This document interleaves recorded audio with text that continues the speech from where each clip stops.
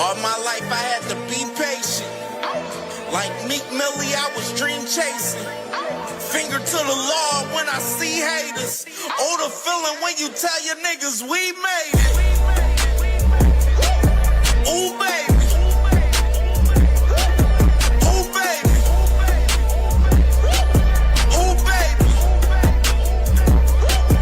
Ooh, baby. It's showtime like Kareem Lakers. I make a masterpiece, scene pacing.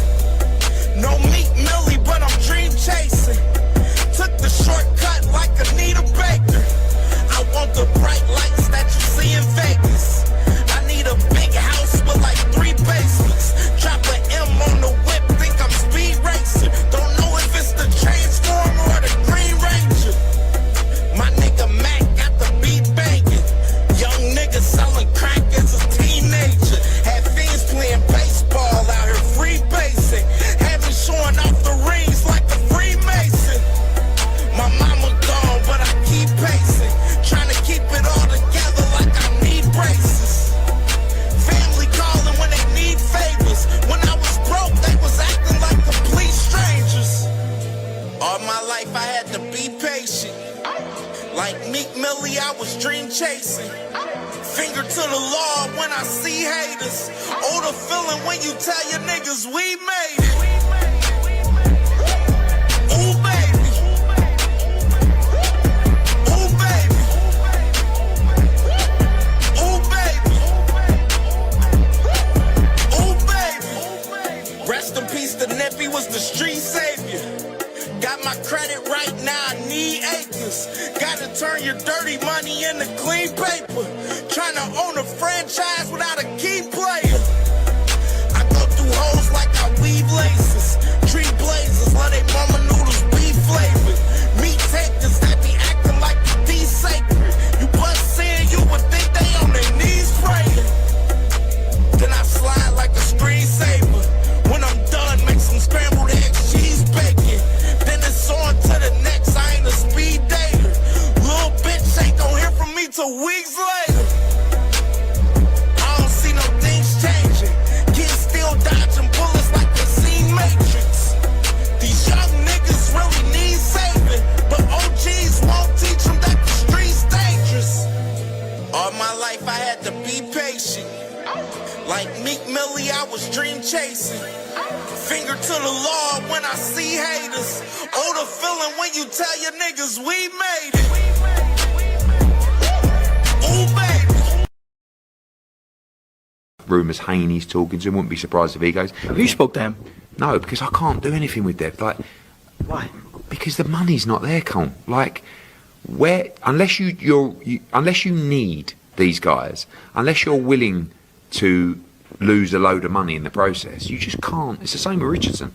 It's the same with Devin. I love Devin. We've talked, and if a fight made sense or a number made sense, but he wants crazy money, and so therefore you need someone that's desperate to overpay the marketplace, a bit like I did with him years ago. Yeah, but that's something you've already invested that money. Is it not worth your while to go back? No, because we're in a position now of we're number one, so we don't need to overpay crazy numbers to bring talent.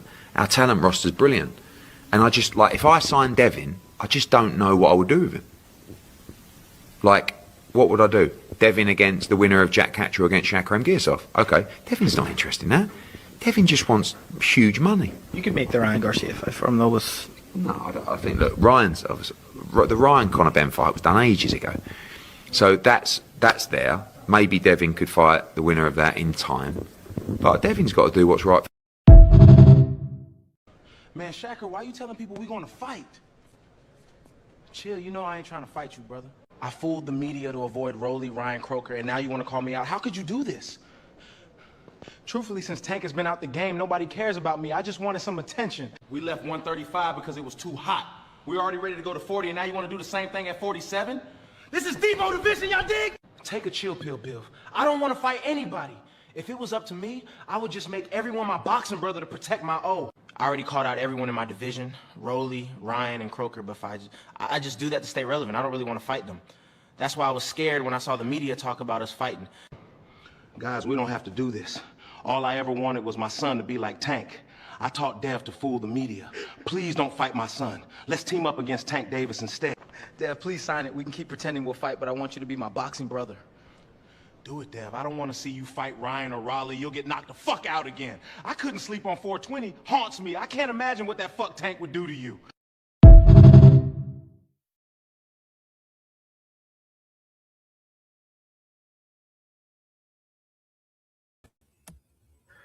Welcome. We are here. We are here. We live with it. CamJNetwork, man. Sorry, but not sorry. Boxing talk, man, because we unapologetic about the boxing talk, man.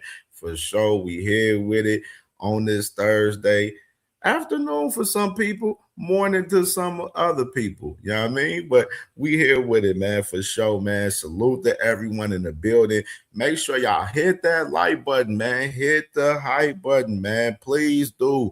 It is free to do so. Hit the like button. If y'all see that hype feature, please hype this show up. Use your hype feature. You get 3 hypes a week on YouTube. Please use one of them on this show today. Please hype the show up. Like the show for sure. You know what I mean? Hit the like button. It is free to do so. And you can support the channel through Cash App, $ CamJNetwork. You already know. Super chat, super thanks, man. We lit today. You know what I mean? You already know the vibes, man. And if you new to the channel, make sure you subscribe to the channel as well, man, for sure. We on the road to 1,000. We closing in on 900. We on the road to 1,000. Let's get there. Let's get there. You know what I mean? For sure, man. So salute to everyone. Appreciate all the love and support over, the past recent time. And you know what I mean? Especially yesterday's show. Yesterday's show was crazy. Crazy show yesterday. Fire show, though. Fire show. Crazy show, though. And a lot of intelligent boxing talk, though.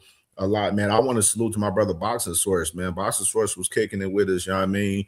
You know what I'm saying? Definitely, you know what I'm saying? Talking some good boxing for sure. Salute to my sister 2 Cents and Dondrick now, my brother Dondrick now, you know what I'm saying? Brought a great conversation yesterday for sure. You know what I mean? And great show. Great show. Now, Monday's show was lengthy as fuck. We almost did 10 hours Monday. Yesterday, we did about like 7.5 yesterday, you know what I mean? And the only reason why I was like, because of the conversation was good, you know what I mean? So, when the conversation is good, I allow the conversation to go on longer. If I got the time, I'll be longer. I'll be on 5, 6, 7 hours if the conversation is good enough, if I got the time to, for sure. But most definitely, man, we're going to get with it today, man. Today is Thursday, so we are lit with it today. Let's get it cracking, man. Let me salute to the family in the building. My brother, All Things in the building, man. Salute to my brother, All Things. You heard my dog. He said smash the like button. Please do. Smash that damn like button. Please do. Please do. And the commissioner, T. Hill, in the building, man. Salute to my brother, T. Hill, man. Salute to my brother, T. Hill, the commissioner, man. He is in the building, man. Yeah, man. I'm here with it. No, man, I had to run a couple errands before this morning. Like Tuesdays and Thursdays, usually I be having to run a couple of errands on some shit in the morning. But we here with it. We here with it. We definitely here with it. You feel me? You know what I'm saying? We here with it. Salute to my brother Dondrick now, man. My dog, man, for sure. You know what I mean? Pugilism in the building. He said, mother effort, he said, Bud Desperado. Bud Desperado. Ooh, that's a new name right there for Bud. Ooh, Jesus. Ooh, wee. Salute to my brother D Free in the building, man. Salute to my brother D Free, man. Make sure y'all subscribe to my brother D Free, man, for sure. I know you happy. Y'all got my dog, Sonny Styles from Ohio State. You welcome, man. You welcome. Y'all gonna love him. Y'all gonna love Sonny Styles for sure, D Free. I absolutely would tell you that and assure you of that. I've been watching that man since he been in high school. He's a dog. He's a dog for sure. And salute to my brother SBG Mello in the building, man. Was good with my brother, man. Was popping, bro. Was popping, man, for sure. My brother JJ in the building. James Johnstone in the building. Salute to my dog, man. Was good. Was good. For sure. Yeah, for sure, man. We here with it. We here with it, man. We here, man. We here with it, man. We got some shit today, man. Of course, today is the final press conference. It's at 3:30 p.m. Eastern time. If I'm still live at the time, I definitely gonna react to it if I'm still live at 3:30. So definitely we'll most likely react to the final press conference today. It starts at 3:30 p.m. Eastern time today. So if we still live at that time, we'll definitely react to it for sure. But I got content with David Benavidez. They got the gloves off. I want to kind of react to that today between him and Zerto. What else? Got some small topics and stuff like that a little bit. Get into Oscar De La Hoya after the media workout and David Benavidez after the media workout. Oscar, he said that the man David Benavidez has no chin, and David Benavidez responded to it yesterday. So we definitely gonna go over that for sure. And Oscar gave us some news about Kid Austin pertaining to Tank Davis that's very, very valuable.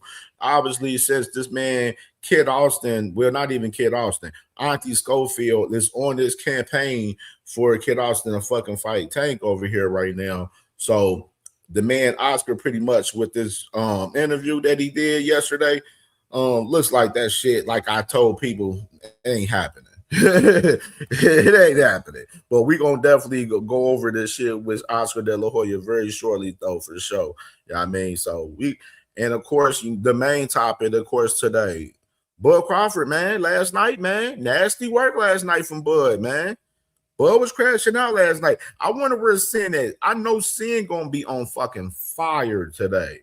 So I'm expecting that boy Sin Ironheart to be on super fire today with this Bud Crawford topic when he see these tweets. I'm pretty sure he ain't seen these tweets yet, man. So salute to my brother Savage Bo, man, for sure, man. My brother, man, and SBG Mello, my dog, my brother Thrill Hill in the building, man. Seattle's finest in the building, man, for sure. Salute to my brother Thrill Hill.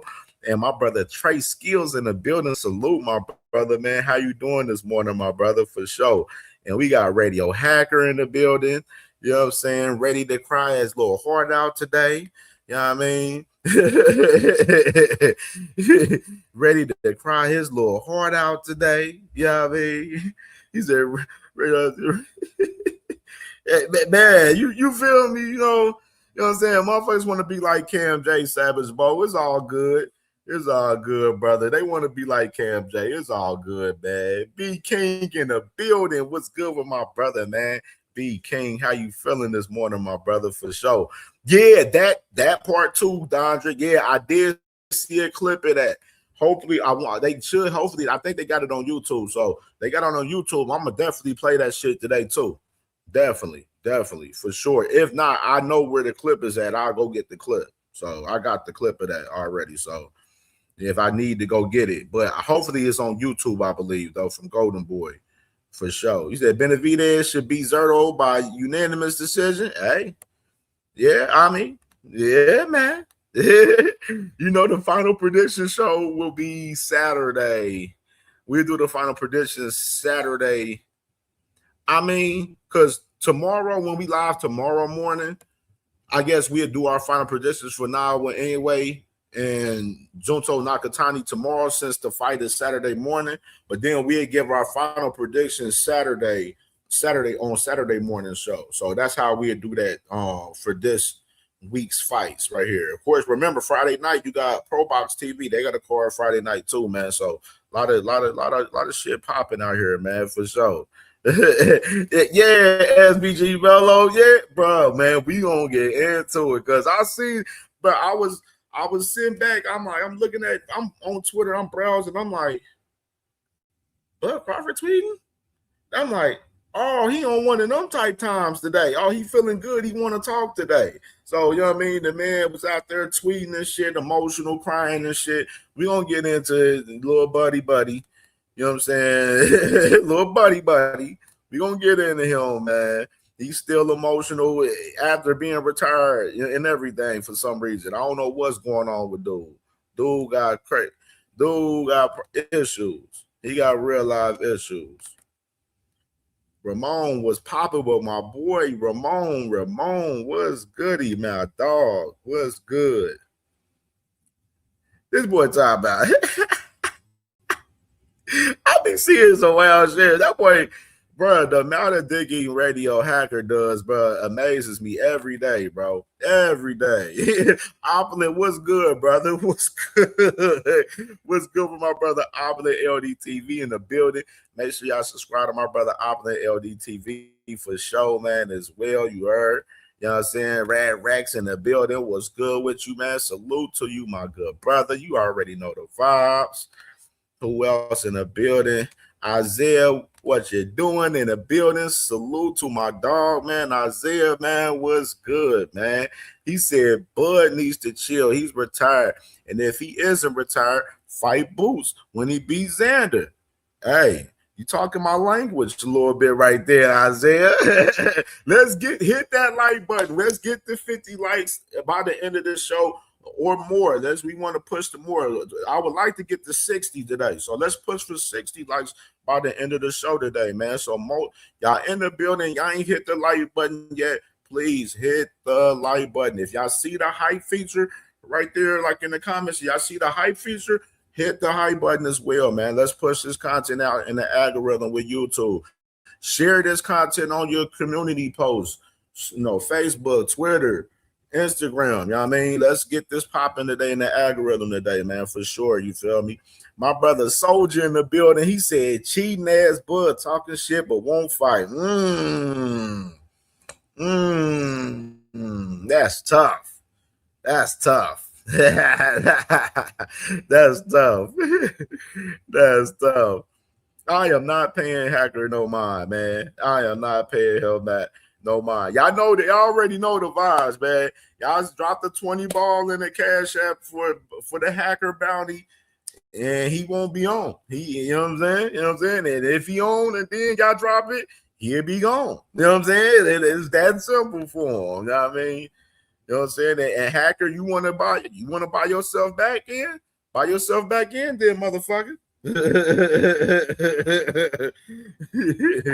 That's the case. You know what I mean?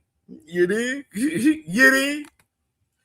And salute to my brother Trey Skills with the $5 banger in the super chat. He said, down payment for Hacker's bounty. Ain't trying to hear that bullshit today. Damn, they already on your helmet already, Hacker. Already on his ass. Salute to my brother Trey Skills, man, with the $5 banger in the super chat, man, for sure. Hold on, I missed my dog. Hold on. There you go. Almost did. There you go. I'm gonna just have to go with this. Salute to my brother. Mr. Altruistic in the building, man. Salute to my dog, man. What's good with you, brother? What's goody, man? My dog. What's goody? Man, Rick Timms in the building right here. Rick Timms, I see you, Rick Timms.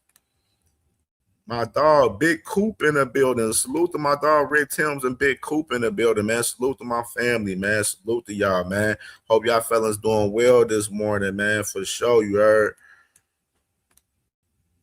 And boom, there we go. $10 banger from Dondrick now. He said, Hacker fun. Damn, they already got 15 on your head already, Hacker. God, dog. They on your helmet, Hacker. Radio, what you gonna do? You gonna pay yourself to get back out in this motherfucker? You gonna have to do so, man, if you want to be on this panel today, look like, brother. That's what it's looking like. That's what it's looking like, man. They already on your ass already, Radio Hacker. It's nasty work out here, B. Salute to my sister, 2 cents boxing in the building. She said, nah, y'all can't team up with the bounty. That ain't fair.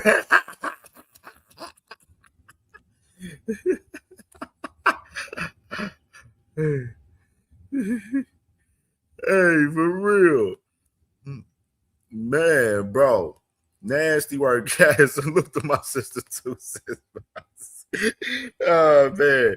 All right, man. So let's get into some of this talk, man. Some of the little small talk. We got a few quick hitters right here, man. Of course, yesterday we talked about with Scott Nicholson yesterday. She won her fight yesterday, and after the fight, she called out Ellie Scotty yesterday, which is of course, Ellie Scotty, champion at 122. Scott Nicholson has one of them titles and stuff. So, this is the matchup that's real interesting. I'm interested to see how it's gonna get made. Of course, with Scott Nicholson being with Eddie Hearn and Ellie Scotty being with MVP, I don't see it probably being a problem for as Eddie Hearn negotiating that fight if they were to make it happen. Of course, Ellie Scotty, she just won a couple of weeks ago, defending her straps, becoming undisputed, and definitely, man, Scott Nicholson, she in the mix, man. So definitely, this will definitely be she's the interim champion. So yeah, Ellie Scotty is undisputed at 122. And she's trying to put Scott Nicholson trying to push her position as WBC interim on a fight with Ellie Scotty. So interesting to see what happens with these two ladies right here for sure. But definitely an interesting fight if they do end up making it happen for sure. And other news, this was something interesting right here. All right, so this got me fucked up a little bit with Diego Pacheco, but because of course, it's been rumored that Diego Pacheco was going to fight in LA in July. Eddie Hearn in recent time had been saying Diego Pacheco is going to make this return in LA in July. But now you got Julius Julianis right here. He's reporting that Pacheco's next fight will be with Golden Boy Promotions. He said Diego Pacheco still has one fight left on his Matchroom contract, but he heard that his manager and Matchroom can agree on the opponent. So Pacheco's next fight will be on a Golden Boy card. So, damn. Now that makes me think what happens now because of Andy Cruz and Albert Bell was in particular going to be on this card that Diego Pacheco was going to be headlining. But now the man ain't even fighting under Matchroom for this next fight. The man Pacheco turned down the Hamza Siraj fight. He was supposed to be fighting for that WBO strap. And he turned that opportunity down. And it seems like Pacheco is the issue for us trying to go with trying to find out a different, particular opponent for this fight that he's going to be having for this comeback fight. That's what it's starting to seem to me, from him. It looked like this man is ducking some smoke out here a little bit, and he being real cautious out here right now to me. You know what I mean? So I don't know what's going on with Diego Pacheco, but it's looking real fucking nasty right now. I gotta say for sure. It definitely is. I gotta say that. You know what I mean? So on to the next. We'll stay tuned to that story for sure. On to the next. Of course, yesterday we kind of broke news yesterday with David Morrell ends up replacing Jared Anderson. Jared Anderson ended up tearing his biceps during camp. David Morrell will now be the co-main in this Worley and Dubois fight coming this next week, where he's going to be fighting this guy Zach Shelley in a 10-round fight right here. So you got David Morrell back in action this next week, man, on the Worley and Dubois card. And definitely going to be interesting. Definitely going to be interesting to see what David Morrell cook up, man. I'm glad he able to stay active, you know what I mean, and see what happens. He cook up in this fight. And hopefully Colin Smith get his ass together, you know what I'm saying? Get right so he can make this fight happen with David Morrell soon. You know what I mean? Again, because he owed David Morrell. He definitely owe him for that shit. He definitely do. So salute to my boy Mr. Fist in the building, man. What's good, brother? What's good? And other words, too. All right, so Eddie Reynoso right here on Canelo's team. They basically saying they're expecting M. Billy as Canelo's opponent for September in Saudi Arabia. And they asked them if Canelo wants Cinco de Mayo back. And they said, yes, of course. So something that we kind of been assuming for a long time, as far as Canelo comeback fight, Christian and Billy. You know what I'm saying? We've been saying that for several months now. And, it's even more evident now that it was clear it happened. Of course, Mauricio Solomon, he kind of gave it up the other day when he was like, yeah, Canelo's going to be fighting for, a championship in September. And I'm like, okay, boom, it's Christian and Billy. You know what I'm saying? Obviously, he's the WBC champion, so it makes sense. And the man is kind of funny though, him talking about he missed Cinco de Mayo. Well, Canelo, your ass wanted the bag and wanted to fight with Turkey Al-Sheikh, and he got your ass fighting on these last 2 fights in Saudi Arabia. That is on you, my good brother. That's on you. That is your problem that you're not fighting on Cinco de Mayo, because your ass sold your soul for the bag to fight over there in Saudi Arabia. Nasty work, bro. Nasty work. Nasty motherfucking work, man. But definitely interesting right there for us, Canelo. And of course, Eddie Reynoso the other day, he came out and said too, like if they wasn't fighting them, Billy, they would want. They've been pushing for that rematch heavy with Bud Crawford and shit. But we're gonna get into a little bit of conversation with that shit, though. We're gonna get into it though. Definitely nasty work. Definitely nasty work. Since you said Canelo don't need another belt. You know, but since you know the WBC love them some Canelo, sis. They love him some Canelo, sis. You know that. You know that, sis. In the WBC, they definitely would love Canelo to have that belt more than Christian and Billy, for sure. I mean, look at Rick Tails. He talking about Canelo as old news there. Look at Rick Tails. Look at he just throwing Canelo in the trash already, man. He said WBC stand for We Back Canelo. Hey man, that's nasty work. That is true though. That is very fucking true. That's very fucking true. Very fucking true. I gotta say that. Very fucking true. Definitely. So Hunter P, he says, so what if Iran and US are still beefing? Would you risk going over there for a bag knowing one strike could end everything? I mean, bro, that's the thing. The man Turkey got Anthony Joshua fighting in Riyadh season July 25th against the dude Pringa, and he's going to have Canelo September 12th fighting Billy in Saudi Arabia. I don't know. This is these guys' choices. They wanted this money from Turkey Al-Sheikh and Salah and them Saudi Arabia guys.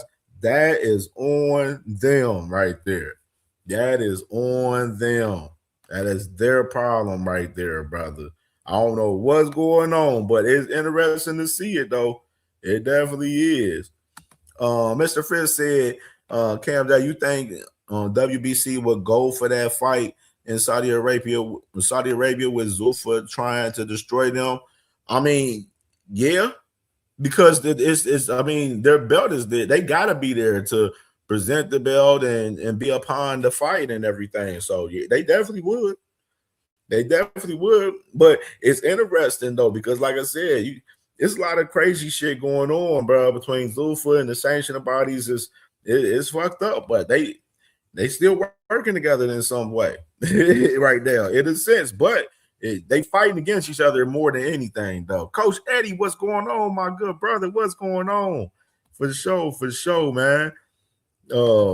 TD in the building, my brother TD. What's going on, my good brother, man? Salute to my brother TD. Make sure y'all subscribe to my brother TD Sports Talk, man. My brother, I think he interviewing. You got Lonnie Daniels this Sunday, man. So definitely, that's gonna be a big interview this week. Lonnie Daniels this Sunday. So definitely tap into my brother TD Sports Talk for sure, man. For sure. Yeah, man. So Rick Tills, dude, he said Zulfa seems to be the JV division. I like that one. I like that one right there. I really like that one. No more sleepwalking. What's good, bro? What's popping, brother? Yeah, I mean, Canelo, man, and Billy. I mean, I like the fight. I mean, it's suited for Canelo to win, in my opinion. But I don't know, man. Canelo on his way out, man. He definitely on his way out for sure. Gotta say that for sure. He definitely on his way out. What is this right here I have? Oh, y'all want to talk about this? Yeah, because I've seen this. I didn't even clip this video up because I didn't care to. But because, my dude, Hassan, he's a big, Shakur guy on Twitter. So he's going to quote the words, of course. He said, Raymond Muratalla and his team have accepted a 70-30 offer from Shakur Stevenson to fight for his 135 IBF title and #1 Ring Magazine belt. He got the Ring magazine for real?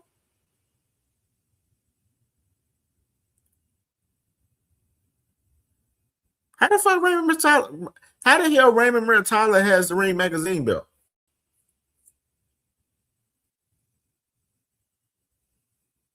Can somebody tell me that? How does Murtala have the Ring magazine belt at 135?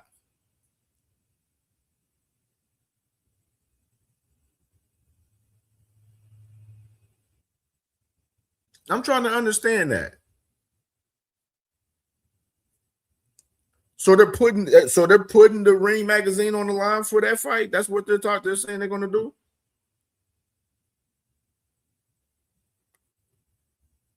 How does that work? Because Shakur don't have the ring, so what? They just going to put the belt? They're going to put the Ring magazine on the line?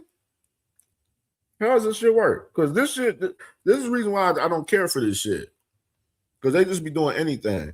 He said, nah, they saying that they can fight the Ring will be on the line because they so-called man, them boys need to stop it, bro. See, this is exactly why I don't take this shit serious. Exactly, Dondrick. Exactly reason why I don't take this shit serious, bro. This is exactly why. So it's opinionated. Stop it, bro. Stop it, bro. Stop it. Stop it, bro. This is fucking stupid, bro. This is just stupid. This is stupid, bro. This is stupid.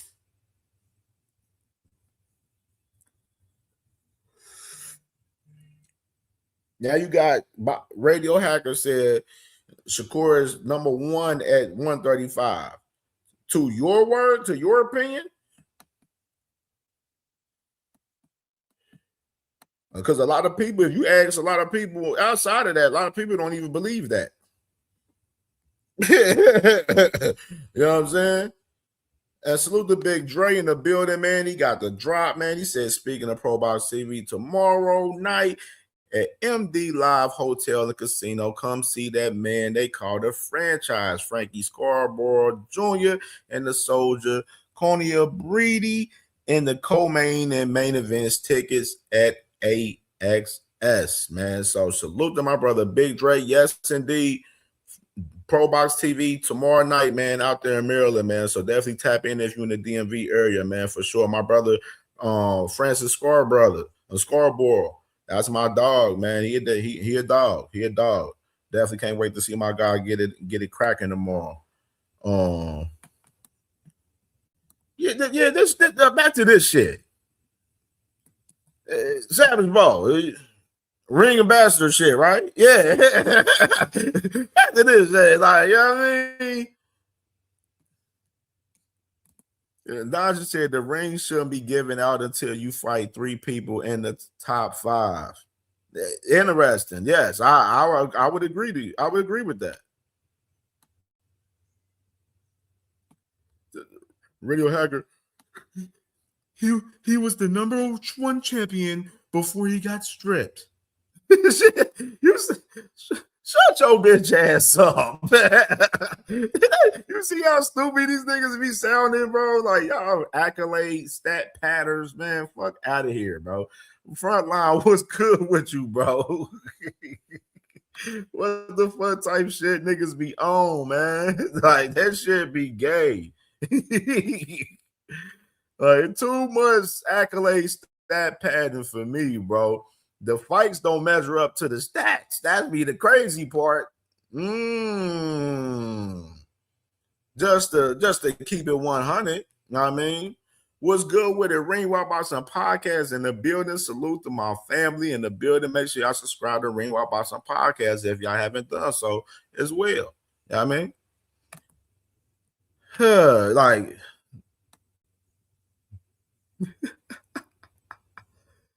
like, so this man, so let me get this straight. So the man, he got stripped by the WBC, and now he wants to come back down to 135 and fight for the IBF title with Raymond Murtala. So I question again, what was the point of him getting stripped in the fucking first place? What was the point of it? They're going to put it on the WBC? Because he knew he was going to get stripped before it, you know what I'm saying, he even did any damn thing. He knew what the fuck was going on. So we ain't going to sit here and act naive about it. But yes. Yes.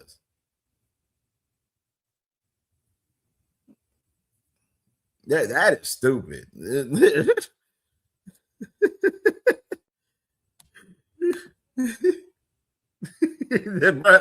like what we doing here, bro? Like what are we doing here?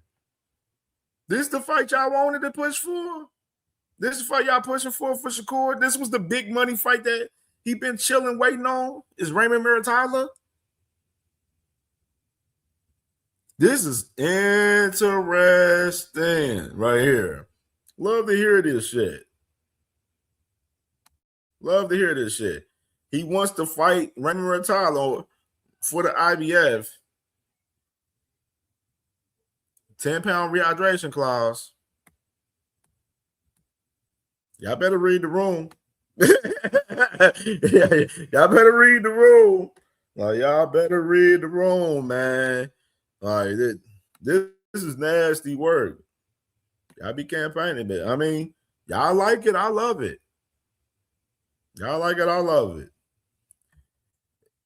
And even further, for the Hanos, the radio guys, you know what I'm saying? The hackers. This is even further reason why Devin Haney and Bill Haney was trying to manipulate this shit, because Shakur, he got his eyes focused on fucking fighting Muratalla, like we've been saying. He ain't thinking about fighting Devin Haney. Damn. Like, did we just think about that though in reality? Like,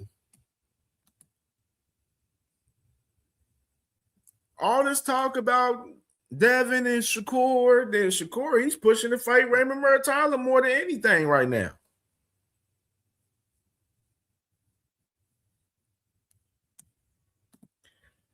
Bro, like, oh yeah, he never, now he want to fight one now because it's Raymond Muratalla. It's like, come on. This is a 50-50 fight to you, Radio Hacker. And Radio Hacker, let me find out you try to gas this shit. Like this is a 50-50 fight for Kerr. Because you would try to do that shit. You be doing a lot of dick eating. Like, how does it feel to switch from Devin Haney's balls and then to Shakur's dick? Like, that shit, how that work? That shit nasty work, bro. Nasty work. $2 banger from Dagon Hacker. To my Kerr fighting a champ, but Tank hasn't fought one. Shut your bitch ass up, man. This nigga's be killing me weak, man. Oh my God, please. I don't know if ain't nobody told you, bro, you feel me, but I feel like I gotta be the one to tell you, family member.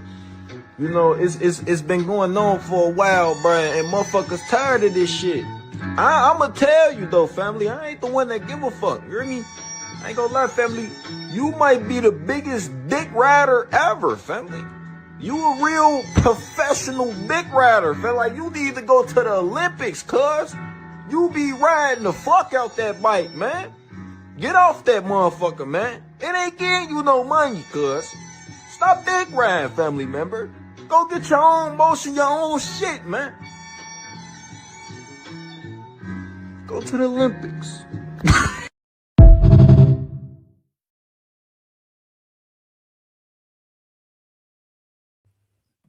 Man, like that, just too much, man. Hacker is sickening, bro. Real sickening, bro.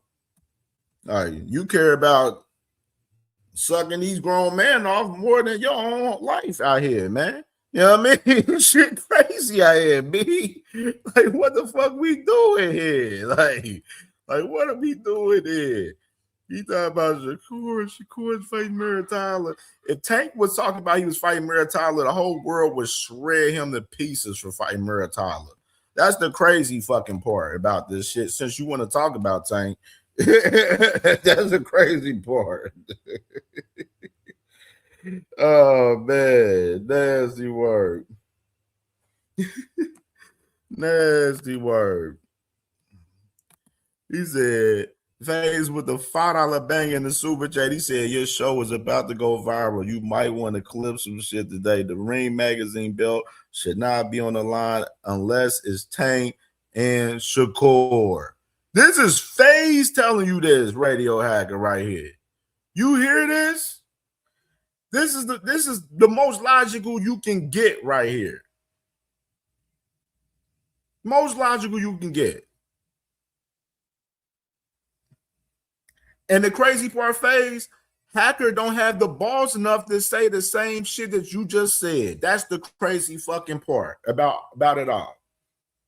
That's how fucking crazy this man hacker is, bro, on the dick eating.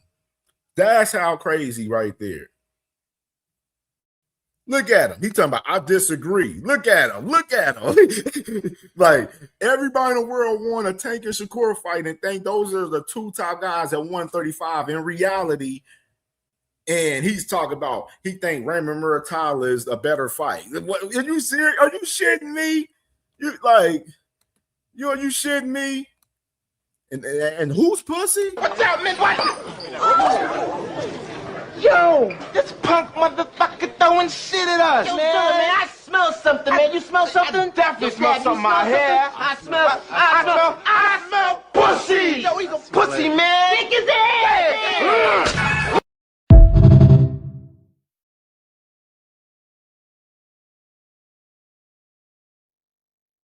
That sound a little coochie to me right there. That sound like some coochie to me right there. Because in reality, everyone in the world wants to see at 35 Tank and Shakur. So if anything, if they had the ring belt on the line, it should be on the line with those two guys. And you got this guy Hacker talking about, how can you put Tank for the ring? Tank title was the second title until that exactly why you're not intelligent to be in this conversation. You prove my point every time. Exactly why you're not intelligent to be in this conversation. Because you want to get technical and get on some accolade stat padding shit. This is why you be getting cooked, and this is why you look like a whole coochie out here. You look coochie as fuck out here right now. Exactly why. Trying to protect these fucking fighters, bro. Like, stop trying to protect these niggas, bro. Like, you talking about Shakur can beat him, but you trying to protect them from the fight if they was to put the ring on the line. Everybody in this chat right now would tell you right now, if the Ring magazine belt is on the line at 135, between anybody up there, it's going to be between Tank and Shakur, if anything, and we was the reality be talking about it.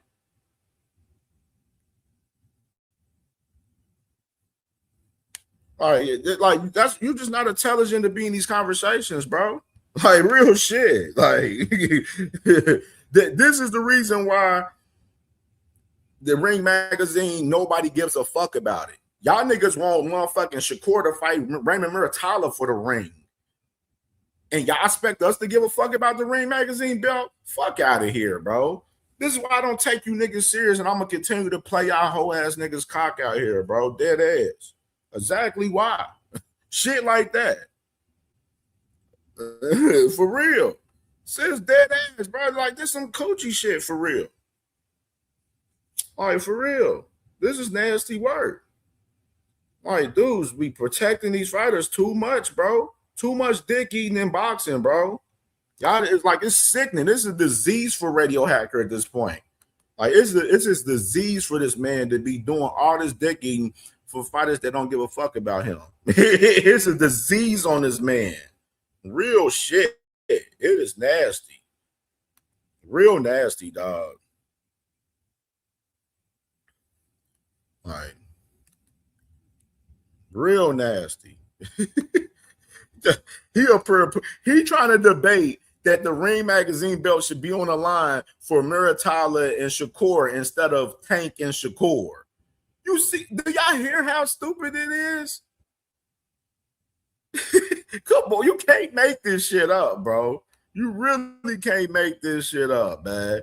Real shit. Yeah, all right. Saturday Shut night, that soft ass and shit up. And the best man Shut to that win. soft. That's some soft ass shit. Shut that soft ass shit up. All that soft talking. I know you can do it, man. You got the.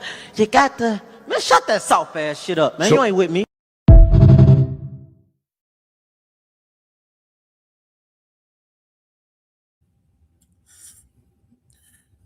Man, take that cape off, man. Take the cuffs off them guys, dog. Real talk. Get off your knees. Take the knee pads off. Please do. Like, you should be embarrassed of yourself right now, Radio Hacker. You should be embarrassed, Radio Hacker. You should be embarrassed. And FaZe with the $2 bang in the super chat, he said, the Ring is dead wrong for not having Tank rank. Like, man, but they cover him anytime he got something going, they cover him, though. They make sure they run that content. You know what I mean? that is how it's like. We not like it's literally Dondre. Yeah, exactly. Muratalla not even better than Abdullah.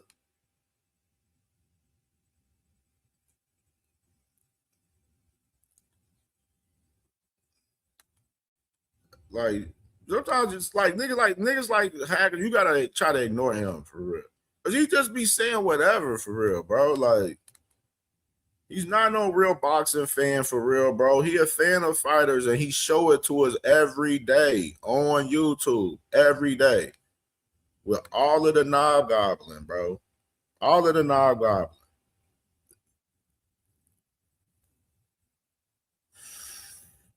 Nasty work. Nasty work.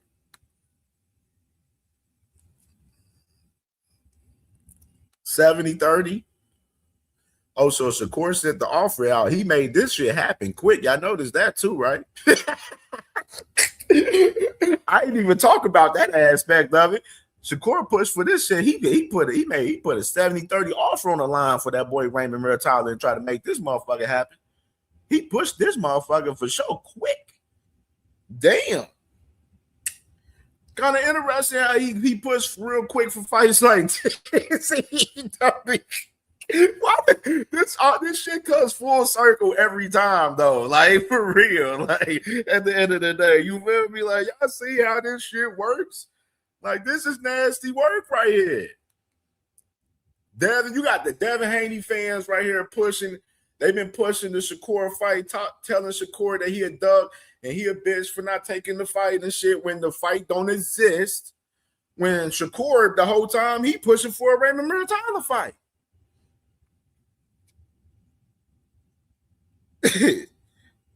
He pushing for a Raymond Muratalla fight, man.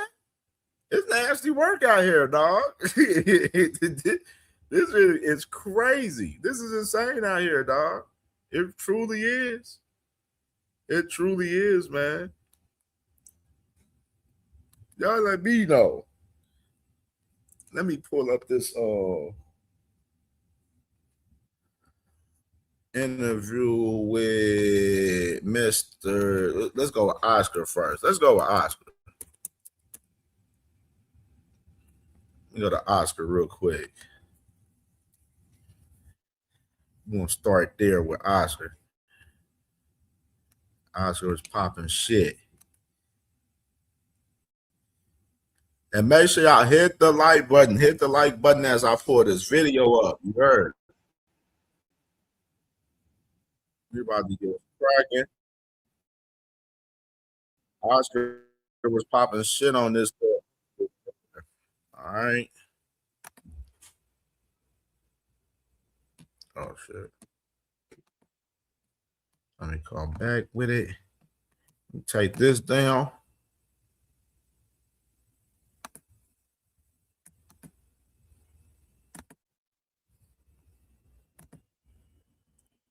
All right. We already locked and loaded.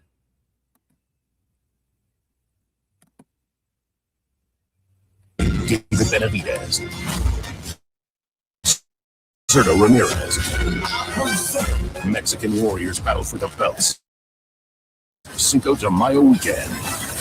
Benavidez Zurdo plus Resendiz Munguia. Live on PBC pay-per-view.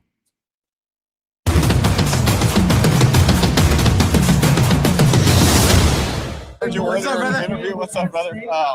Man, you mentioned why David is favored in this fight, but obviously you're going with your man. Just explain it to us again. Why you see David as probably the favorite, but why your guy still gets him? Yeah, no, look, it's styles make fights, obviously, and I've watched many Benavidez fights. I've watched many Zurdo fights. Obviously, I promote him, but Benavidez throws a lot of punches. He doesn't throw everything with power, and he doesn't really have a good chin. Okay, I mean, hey, stop the presses. Hey, y'all think he capping on the chin? Do y'all believe David Benavidez don't have a chin? Because that's what this man Oscar De La Hoya just said.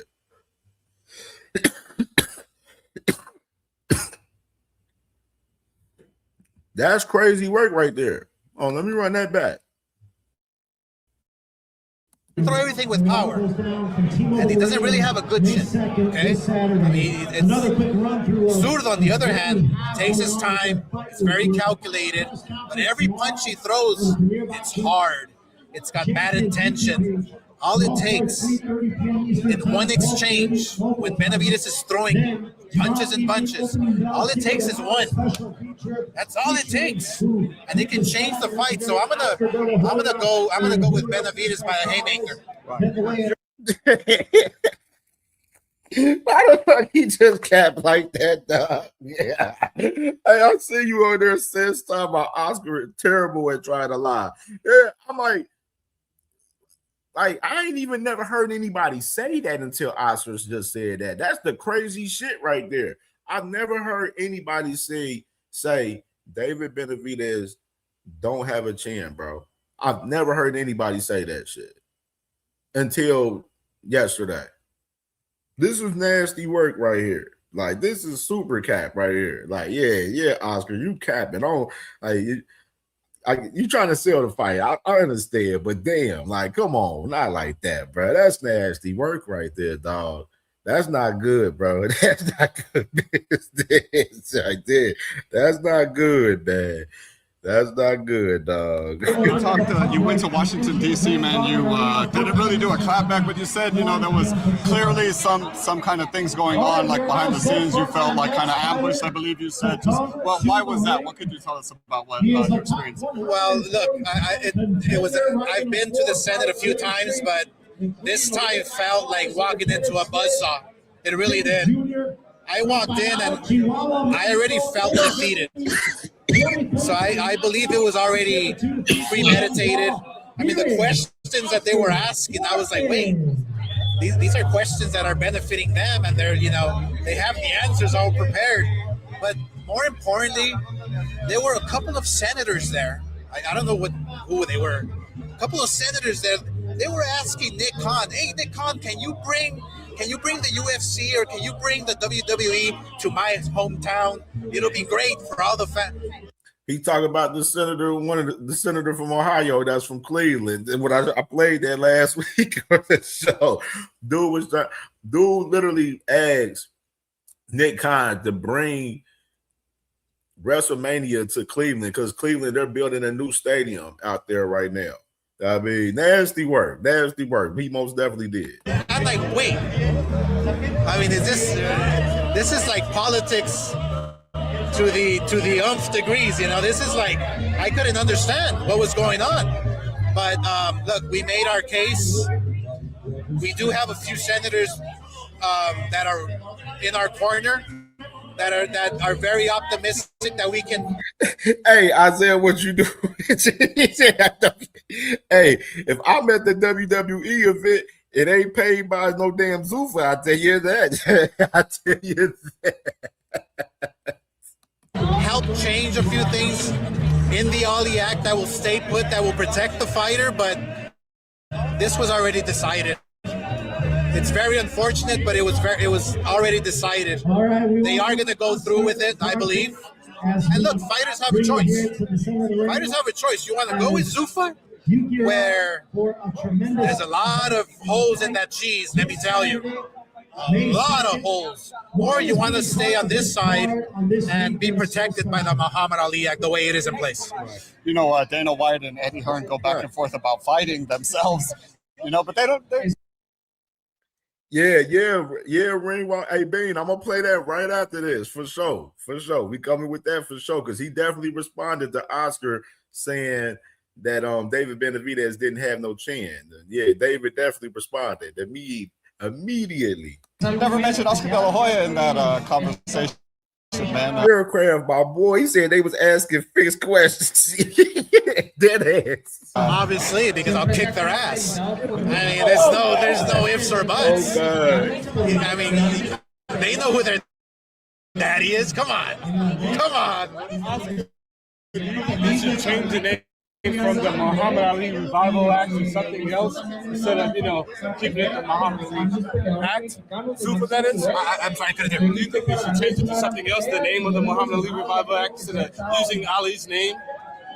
You know, me and Nico Walsh went to the Senate, and Nico mentioned himself, if this Ali Act is going to be changed, I don't want my grandfather's name on it. I respect him for saying that. I believe that there can maybe be a happy medium where we can keep the Muhammad Ali Act in place and enhance it to protect the fighters even more, but their decision is made.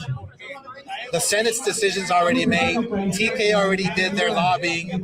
They're convinced it's going to pass. I'm convinced it's going to pass. But fighters now have a choice. They have a choice to go across the street, or they have a choice to stay in boxing where they'll be protected. That's a fact. At the end of the day, of it all, with the whole discussion between Zuffa and the sanctioning bodies and the other promotional companies, the fighters have their choice whether they want to go over to Zuffa or they want to stay on that side and fuck with the other big 5-6 promotional companies over there. You know what I mean? That's just the fact of the matter in reality at the end of the day. You know what I mean? Hey Oscar, what's this PBC and Golden Boy collaboration? I talked to Kid Austin and he was very complimentary of you trying to push towards this WBA and his Tank Davis fight.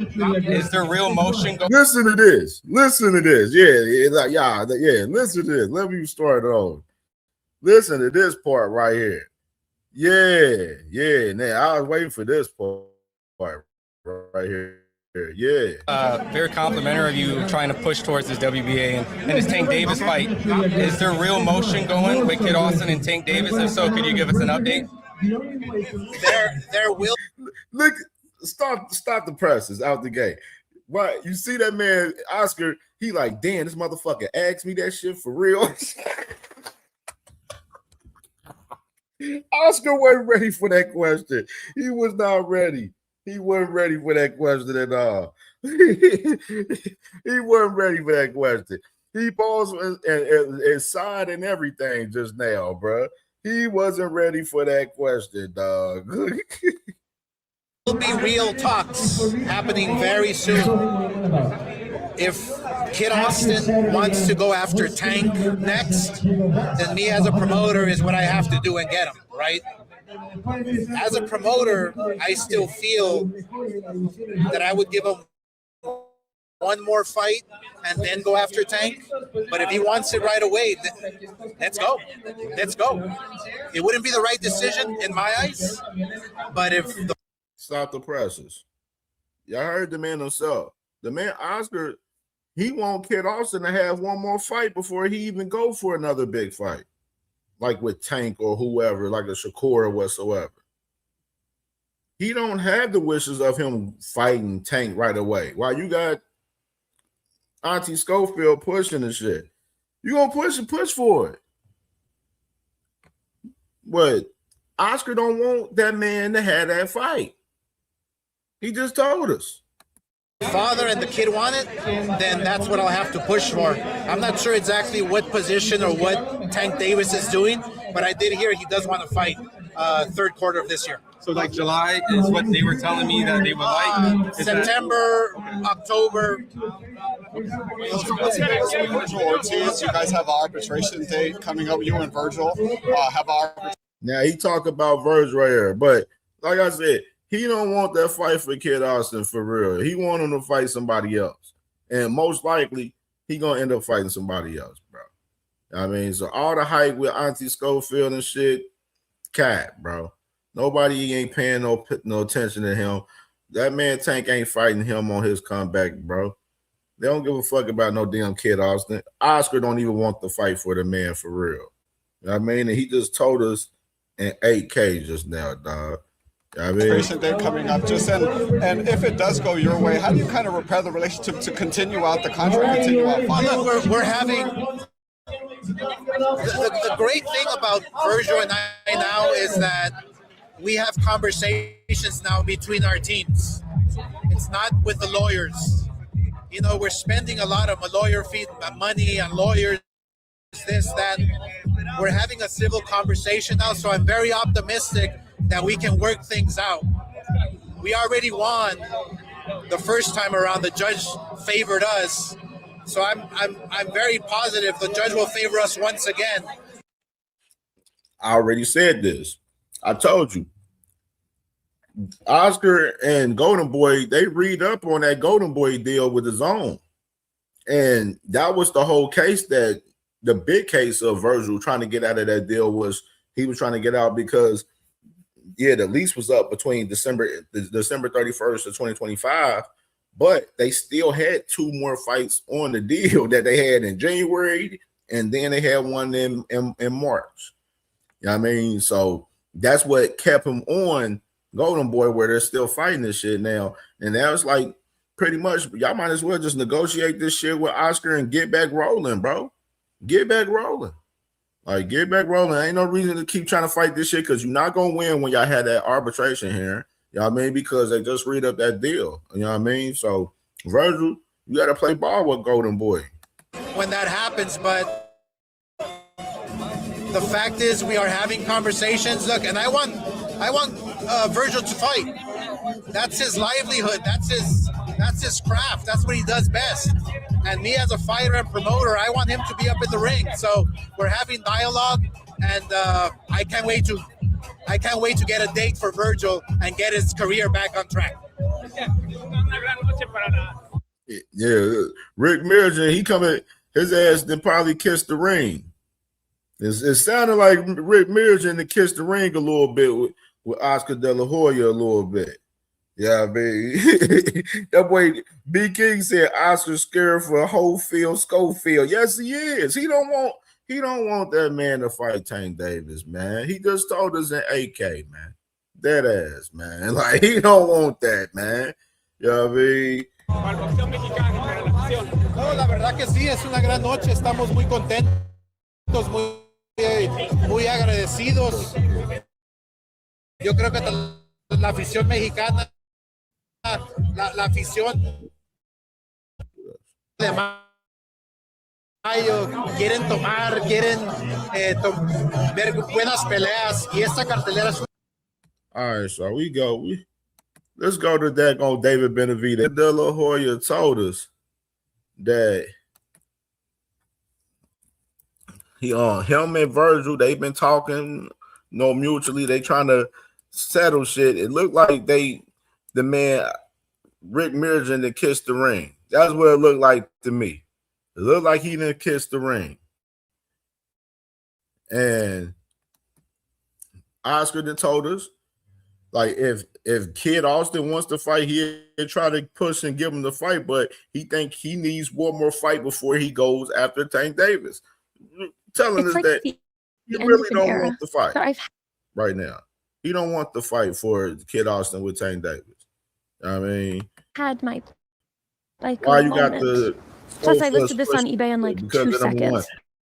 Push up position. Champions collide.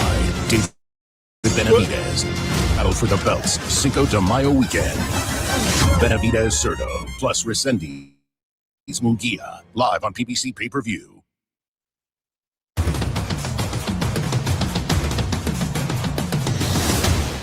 I'm gonna let my son speak for me. Great workout as always. Always give the fans a great show. I'm gonna jump right into a win against Zurdo. I know a lot of people always talk about this guy and that guy, but do you feel like Hall of Fame talk should already start happening with that win? Because you have a lot of great wins without the Canelos and all these other names that people keep. No, not yet. I mean, to be respectful to the sport and myself. I mean, I have got a lot of good wins, but I'm not ready for the Hall of Fame yet. I will continue. I'm working my way up there. You know, that's why I want to get all these big fights, because I know I can pull out greatness for myself and I can beat all these fighters, but not yet. Not yet. I mean, not yet for the Hall of Fame talk. Not that I'm not ready. I'm fucking ready for everything. David, when Zurdo is saying he wants to take a break for boxing, he only sees about 2 more fights before he takes a break. Do you see that as an edge for you heading into the fight? I can see that, yeah, because he's already talking about he has some more fights. I don't know. I think that's something he should just. Yeah, Zurdo yesterday, we played that clip during the show yesterday. Bruce Gas, what's going on, my brother? What's going on? Yeah, we played that clip yesterday with Zurdo Ramirez where he said that he has 2 more fights left in him, and said that he has aspirations of going to heavyweight division. You know what I mean? So for the right fight, for us with the right size, because he said he'll be a smaller heavyweight if he goes up to heavyweight. Even though Zurdo, like we've been seeing, I'm like, Zurdo a big motherfucker, bro. Like, you know, that's definitely a big dude. But definitely, they asked David a question about that. What he felt about it. And he said, yeah, that could probably play a factor a little bit, but you know what I mean? You never know, man. That like. You never know. We gonna see on fight night. I can say that. You know what I'm saying? In particular. Kept in his brain for himself, but I'm looking to go another 10 years. So, I mean, I don't know. I prepared very well for this fight. I'm ready for every possible outcome in this fight.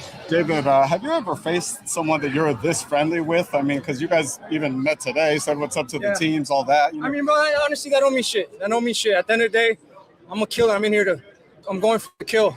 Shakur Ramirez is a great friend of mine. He's a great person. Everybody in his team are great people. But a job has to be done this Saturday, and there's no friends in there. You know what I mean? I respect sort of. You hear that, Mr. Shakur Stevenson? Ain't no friends in boxing. Stop being friendly, man. Too much friendly shit going on. Too much, man. You know what I mean? Irony Boxing in the building. Radio Flyer. Look at Radio Flyer right there. Front and center. There you go. There's a lot. Fredo, what's good, Fredo? What's going on, Fredo? My dog. But there's no respect in the ring for me. You know, you're up 25 pounds, right? But what does it feel like physically on you? Because the speed was there. We just saw it. The power seemed there too. Just what does the extra weight feel on you? It feels good, bro. It feels like even when I don't know, I always get the best out of me no matter what. Even if I have a hard weight cut or whatever, I think right now I'm going to really be able to shine because there was no weight cut. I've been on weight for the past 2 weeks. Right. You know what I mean? I feel good. My speed is held up really well. You know, I hold up. The weight, I train every day. Irony Boxing, you damn right. No friends in boxing. We are on a no brotherly love campaign in boxing right now. You know what I mean? We got to dead this brotherly love shit in boxing, man. Too much friendly shit in boxing, dog. You know what I mean? So the speed will hold itself up for 12 rounds. The power's going to hold itself up. Some of y'all dudes like these dudes being friendly and shit with these motherfuckers like that. That's the crazy part. But, hey, suit yourself. 12 rounds. And all this is allowed me to have more energy to go in there and perform at my best. We just talked to Oscar. There you go. And he said that, he said David Benavidez doesn't have a chin. Obviously, it's fight week. He's trying to promote his guy and stuff. But, you and Oscar are cool, obviously, outside of things like that's this. A fighter at the end of the day. I really don't care, but people say a lot of shit. I don't care. I'm here to prove something else. David, Zurdo's got a great chin. Yeah, bro. Like I said, man, when Oscar saying that, like, we know that ain't true, bro. You the first one ever to say this shit. No, I haven't heard no one say that David Benavidez don't have a chin, bro. Like what? That's insane. That's some real nasty word from Oscar right there, bro. I've never heard anybody say that until Oscar, bro. That's nasty. Never been down. Your dad thinks you could stop him in 10 rounds. How do you do that to a guy who's so durable, so big, never been down before? Well, it doesn't matter, like, when you do that, how you hurt somebody's with accuracy. Accuracy and volume punches. I'm very accurate. I throw a lot, and I mix it up very well. This is against a fighter I've hurt before in sparring, and that's in sparring. This is 10-ounce gloves. This is different. And, I know he's going to come ready. He's going to have, he has a pretty durable chin. But I'm not just aiming for the chin. I'm aiming for the chin, the body, everything. I'm gonna touch everything. You hear that, man? He going to the chin, the body, everything. You know what I mean? That's killer shit right there. You know what I'm saying? Some of y'all niggas need, some of y'all favorites need to take notes, man. Take notes, man. Saturday. You know, Jesse Hart, who fought him, he's picking you to win, but he also said he's the hardest puncher he ever fought. And he does question if at cruiserweight you can still put 5 and 6 punch combinations together consistently. I can do it. I do this. That's what It dude yesterday said Shakur can put together 6 to 8 combinations. Get the fuck out of here. Hey, niggas is crazy, bro. Hey, that niggas gotta relax, man. They gotta relax. Shell, what's good, my boy? They gotta relax. I do.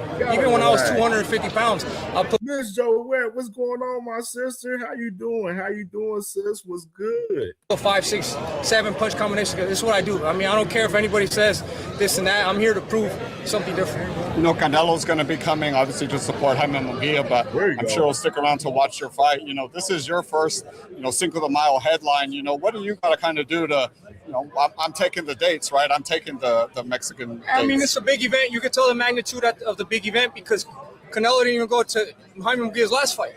You know what I mean? So he's saying this for Munguia. He's not coming to see Munguia. He's coming to see me up and close in person. You know what I mean? Whether it's to scout for a next fight or anything, I don't know. But I think, you see how everything plays itself out. I went to his fights. Now he's coming to my fight. So I don't need to say nothing else. Pop your shit, David Benavidez. Pop your shit. Pop it. That's what I'm talking about right there. Pop your shit. He said, shit, I was coming to his fights. Now look how the tables are turned. Shit, now this motherfucker, he coming to my fights now. Hey, pop your shit. That's what the fuck I'm talking about. Yeah. Eventually get? I don't know, bro. I mean, you guys keep asking me that over and over. I don't know. I know as much as you guys. I would love to. I think it'd be a disappointment and shameful if we left that fight on the table. But I don't know. I'm ready right now. I'm ready for whatever. I can't speak on anybody's His trainer pretty much said that the fight is done. Like kind of like, and he doesn't. I've seen that too. What's your thoughts? I had no thoughts, bro. I had no thoughts. I'm going up a fight for 2 more.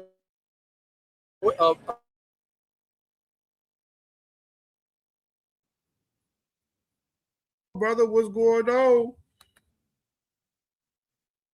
Somebody, especially when I sparring for over 100 rounds, their style gets downloaded into my brain.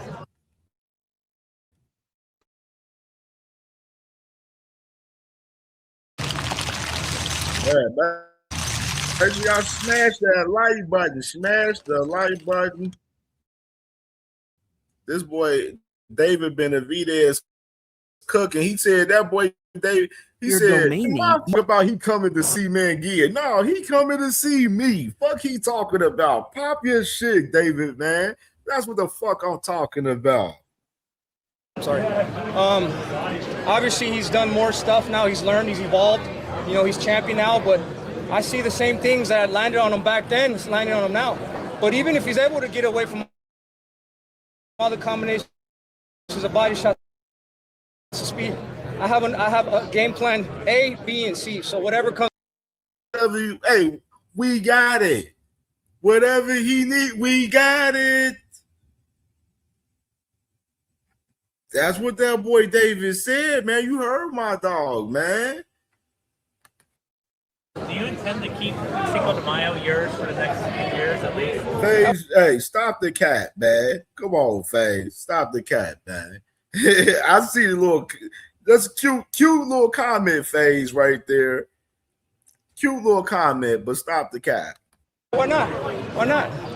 No, I mean, this is something as a Mexican fighter, Mexican American. This is something that we all dream of. And this is, I can show my heart, and I can show my spirit, and I can show I'm a Mexican on this fight on this date with the fights I give. What can we expect Saturday night? You can expect the best David Benavidez. I'm very locked in. I worked 5 months for this training camp. I'm extremely ready, and I'm looking forward to performing at my highest level. Your son was a sweetheart in there. Is he going to follow in your footsteps? Yeah, because at the end of the day, if anybody could do it, it's my blood. He basically has all my DNA in him. He has my boxing, He has everything, and he showed an interest for himself, and he's already made that decision. He wants to be world champion. So it's my duty to make sure I lead him in the right way, give him the right training. But look, you can see where I'm at. You know what I mean? So giving it to him, giving him the training and everything I've been through, he's definitely going to be world champion. You said that you're opening a gym for yourself, right? What are your plans for that? No, I'm not opening a gym. It's my father's gym. Going back to your son, what separates him from all the other amateurs around? Because I know you're going to support him, but you know boxing. You've been in the gym.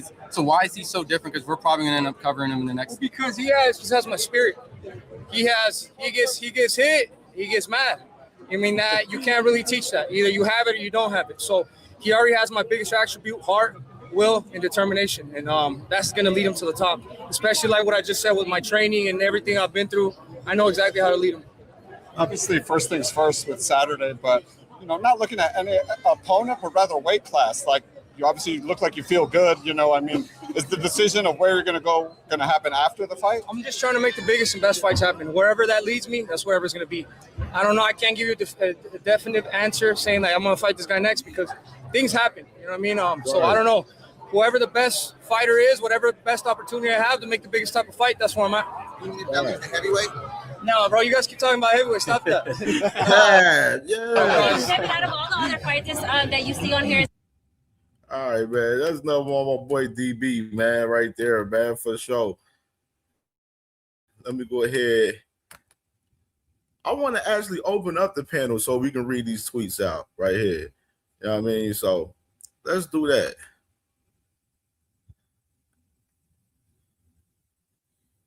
So let's do that. Let's open up the panel so we can read these tweets from Mr. Bud Crawford.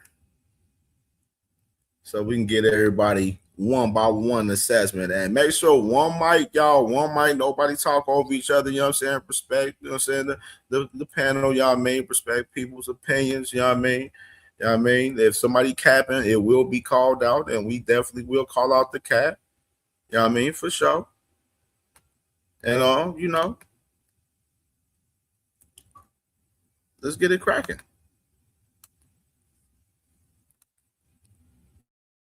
All right.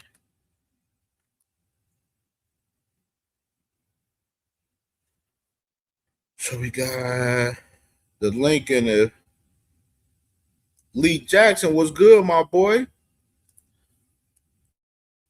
Was good. What's good, Cam? What's the deal, man? You doing a good job, man. You doing a real good job, man. What's going on, brother? Yo, salute. Yo, what up, Sage? I'm gonna cook real quick. Hey, that Ring magazine not ranking Tank is real faulty. I feel like they got it right a lot of times, but if you do that, then it messes it up. Even if it's you breaking up, FaZe. You went into the Matrix. Nah, he went in. Y'all still hear me? Yeah, we can hear you. Y'all still now hear me? We can. Oh yeah, I'm like, yeah, no, that ain't cool. If they don't, if they should not have Tank not ranked number 1 or number 2. Like, bro, they got Raymond ranked 2. Nah, but they got Raymond number 2. They won on Ring though. Like, I don't think they got Rolly ranked either. Do they got Rolly ranked? Nah, they don't. Nope. But Tank and Rolly already had the same situation though. That's why. Nobody's talking to you, bro. Keep it down. Hold on. What are you talking about? Keep it down, bro. Nobody's talking to you, for real. I'm gonna get off. Hold on. I'm gonna spit this real quick. Hey, yeah. Hey, and everybody know that David Benavidez is Hold on, FaZe. Hold on. Chill, but bruh. But he did it, bro. He the one that crashed out. Hey, it's on him today. It's on him today. I'm sorry. Y'all finna cook Bud so crazy, but it's all good though. Hey, I feel like Bud, he getting that itch. He want to get back up in there, but that's another story. But y'all know David Benavidez. This is a cherry pick, man. I'm a fan, but this is a cherry pick, bro. This is a cherry pick, bro. Come on, dog. It's not. You got 100 rounds with this guy. Zerto finna retire. Come on, man. It's a cherry pick, bro. Zerto just said that shit. He ain't say that shit before he signed that contract. Well, he finna retire. I don't give a fuck what Zerto just said yesterday. Fight, they ain't got nothing to do with it. man. It's a cash out fight. it's a tough task. True, that man is a unified champion. He been unified champion at cruiserweight for a hot minute now. You know what I mean? So definitely, this is not no cherry pick fight, my good brother. That's a cherry pick. No, it's not. It's all And I think he's bigger than Benavidez too, Jose right? Ramirez was a cherry pick. He's bigger than Benavidez too, right? So this is the first time Benavidez fighting somebody where he doesn't have all the physical advantages, like people like to say, right? So I mean, shouts out to him. It should be a good fight. Because I think everybody else, like Benavidez, has always been bigger than up at this weight. It's really crazy for real to me, in my opinion. Benavidez been big. He's been bigger than everybody he's fought up to this point, I think. Except one guy. That one guy. The one white guy thing. Nah, yo, Cam. Yo, I kind of understand where Oscar kind of coming from, because and probably in Oscar's head, he probably thinks, okay, Benavidez, he's not as big as Zurdo, but Benavidez is a big boy, so we're gonna see day of the fight, because I'm convinced Benavidez is gonna come in close to about 210, maybe 215, and I think Zurdo is probably gonna be like about 220. So I don't think the weight's gonna be that off, but we seen him take Morrell's best shot. And that was when the bell rang. I don't know if you remember that. Morrell cracked him, and he looked fine to me. He's been dropped like 2 times, I think.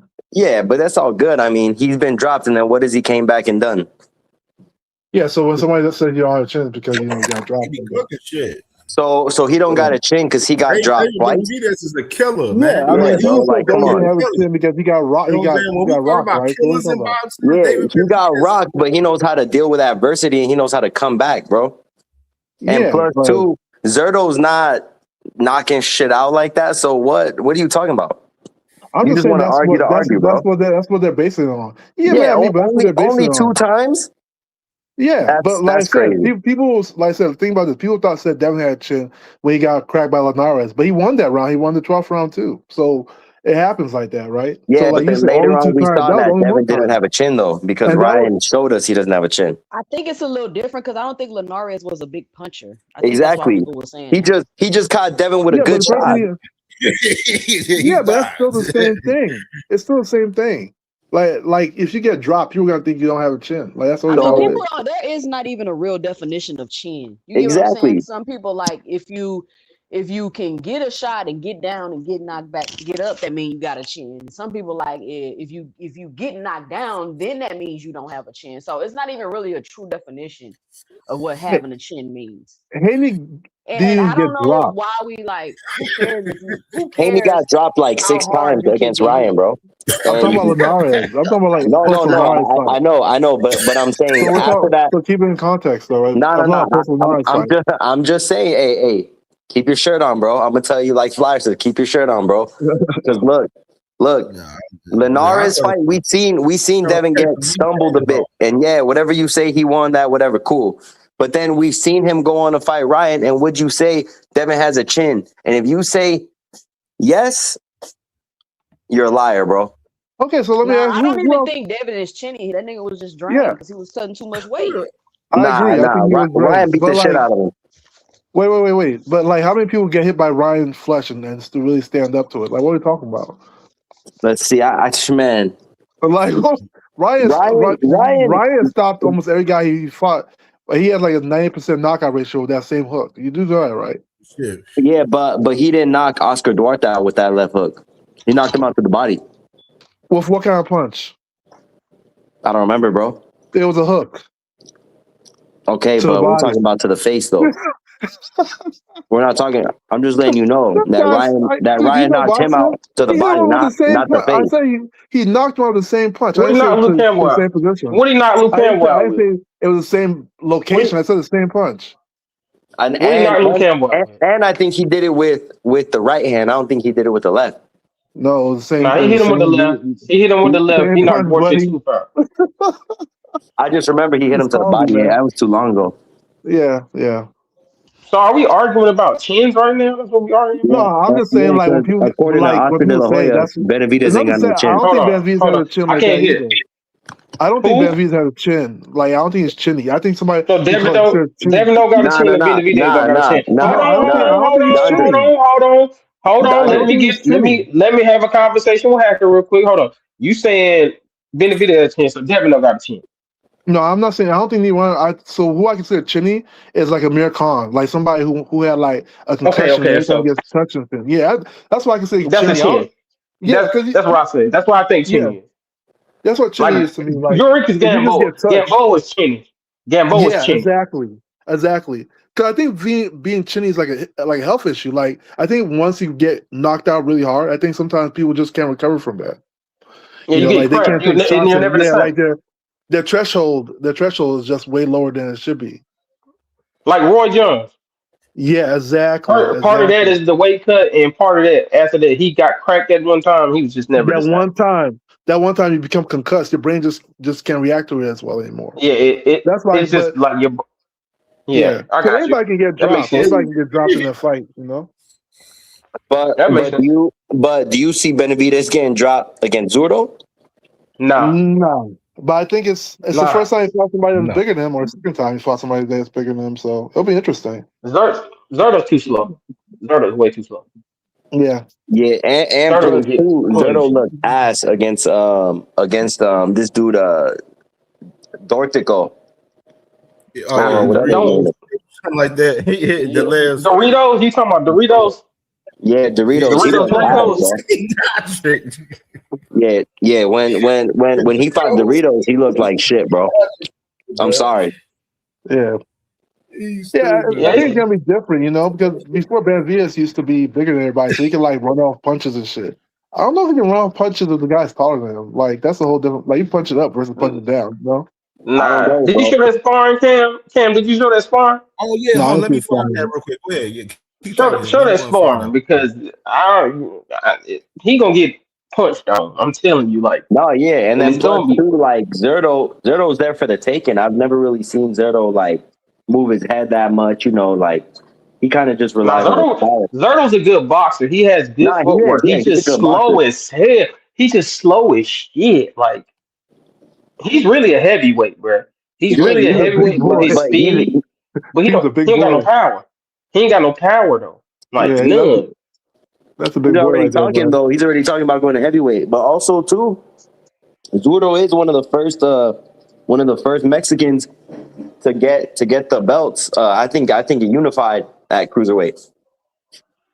I think he was one of the first Mexicans to do it. So, this event's gonna be good. And then you got Canelo. He's about to pull up. So, do I think he's gonna fight Benavidez? Nah.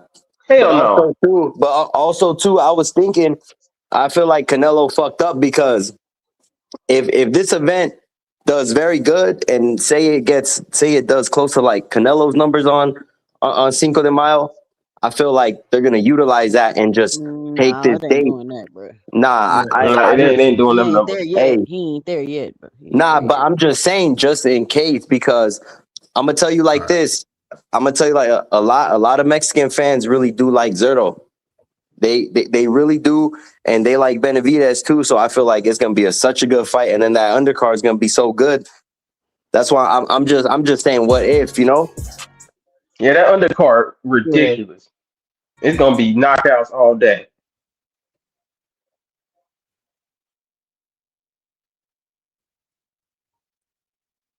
Hello? Yeah, we're right here too, son. Oh. We hear you. We hear you.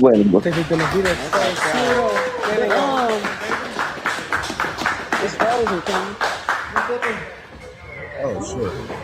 No, it's working. This way, David. This way, really quick. Hold on. Let me go to the. Yeah, that ain't it. Let me go to the short then, because he ain't short. Yeah, go to the shorts. It's the shorts that be the one showing the fight. Yeah.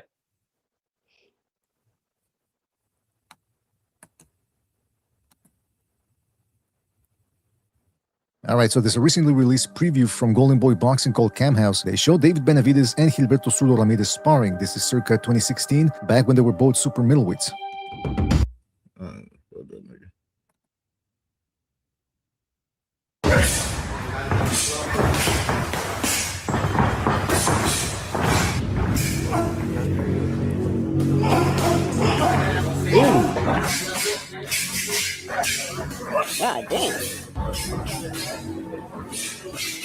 David combination, pop, pop, pop, pop. Super combination, pop, pop, pop, pop. And it just keeps going back and forth, you know, and you're entertained the whole time.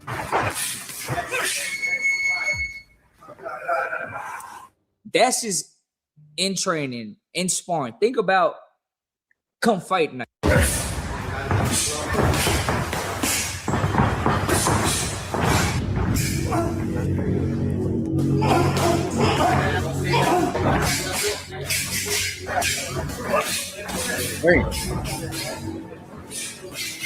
David combination, pop, pop, pop, pop. Super combination, pop, pop, pop, pop. And it just keeps going back and forth, you know, and you're entertained the whole time. Oh yeah, they was on time. That's just they was on time, man. Yeah, they was hitting. Damn, Cam, this fight's gonna be a banger, bro. Yeah, that's gonna be a tough one. That, like he said, that was just the sparring. I can only imagine. I can only imagine the fight going similar until somebody gets knocked out. Yeah, that's gonna be a tough one, man. Damn, bro. Yo, I'm not gonna lie, bro. Yo, I'm not gonna lie. I feel like David, he could possibly knock Zerto out. And all I heard was Oscar saying that, you know, he said that the only advantage against Benavidez that Zerto will have is that Benavidez likes to throw in combos, and that if he finds a way, if he sees like him, you know, throwing his last shit, and if he sees the opening, that he could also land one too. So, man, but I don't know. I got Benavidez. At first, I had them going the decision, but I ain't never seen the sparring. I just heard about it.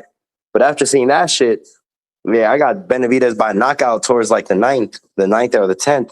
I don't know if it's gonna be a knockout. You know, people who spar each other a lot always have weird ass fights at the end. So it's hard to tell to me.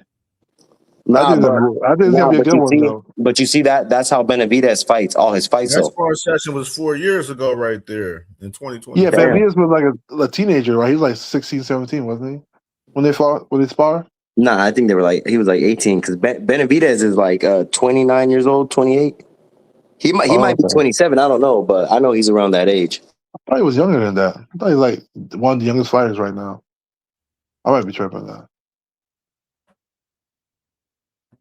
Bro, it look like that shit gonna fucking be a banger, man. It's gonna be tough, man. It's gonna be telling tough. you, Cam, but I'm telling you, bro. Benavidez still fights like that. He fights all his fights like that.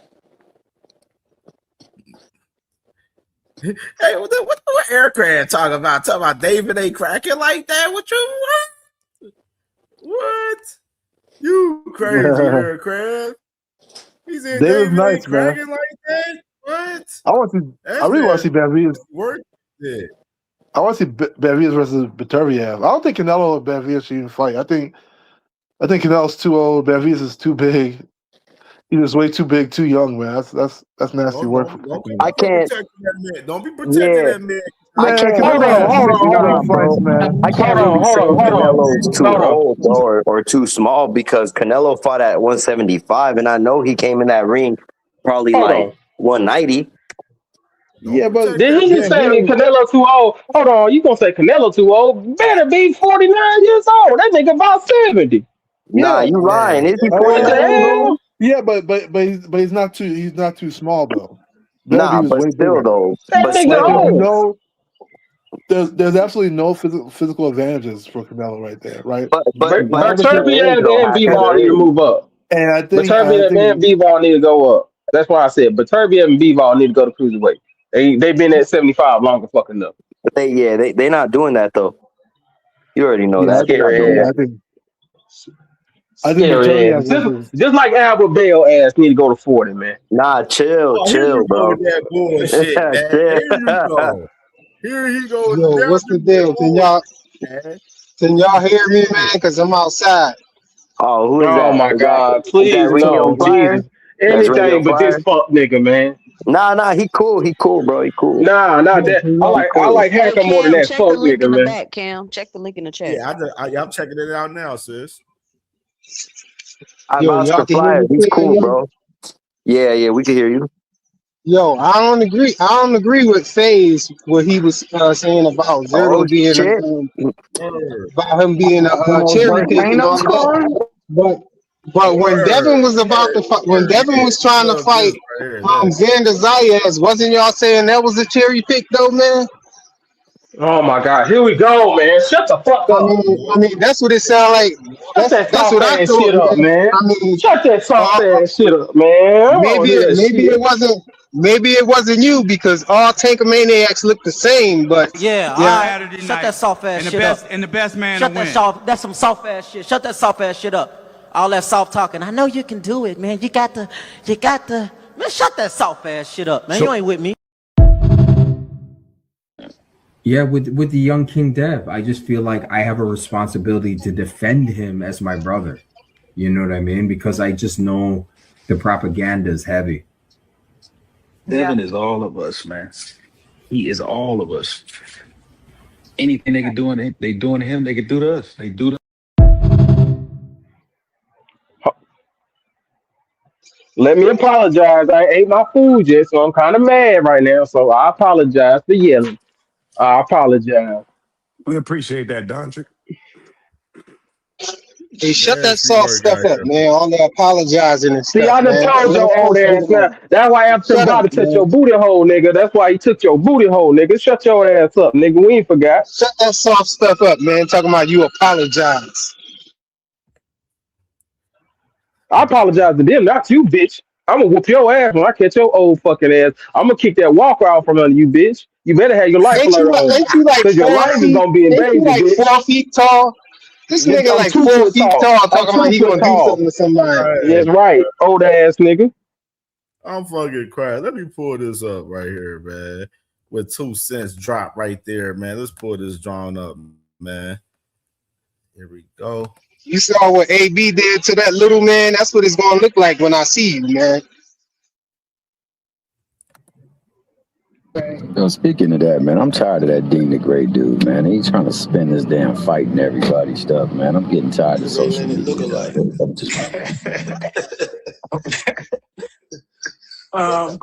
Yeah, this fight, I think will be good for Tank.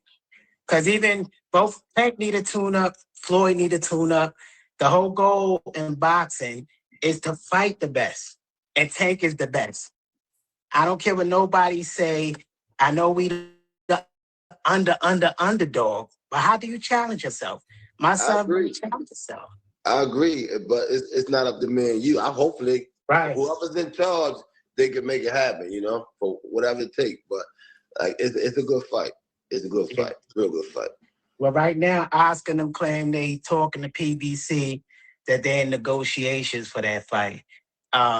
They saying on the WBA side, they don't know if Tank gonna be at 140 or 135. So that's what the petition like is for. Is like, what are we doing? Is he going there or we gonna fight here? That's all it's about. It ain't no beef. It ain't no crazy It's stuff. not no beef, man. Some people make it a beef, but you know it ain't no business. It's boxing business. You know what I'm saying? I haven't heard anything as of yet where he's going to be at 35 or 40. You know, hopefully in the next couple of days we'll hear something. Yeah, that's all it's about. But either way, it's gonna be a good fight on either end. Explosive fight too. You know, man, Tank is coming back, so you guys better be ready. Hey, in the boxing world, ain't never gonna be the We same. have a tweet, you know, with Tank saying he will get his little ass whooped. I have none of those twitches that Tevin has. I'll beat the dog shit out of this. He's a boxer. He's supposed to say that. Like Kid is saying the same thing. Like Tank is just a man. What that mean? Buster Douglas knocked out Mike Tyson. This thing got knocked out by Ali, who was young. So you never know. Only God that's is the confidence of a fighter. You know, you gotta have confidence, man, or leave this shit alone. Believe in yourself. Believe in yourself, man. And the thing is, my son, win, lose, or draw, it don't stop his career. It only made sure that he made the bad, so his family is secure. So the rest is just he will make millions for this fight. His kids is okay now.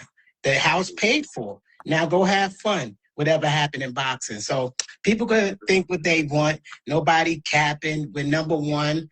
You're supposed to challenge the champ. Win, lose, or draw. You lose, you go back down, you build back up as a boxer. That's what makes you great.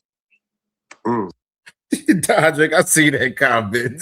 I don't like the Flyers' attitude, you know. Yeah, I actually don't like the Flyers' attitude towards it. Disgusting words.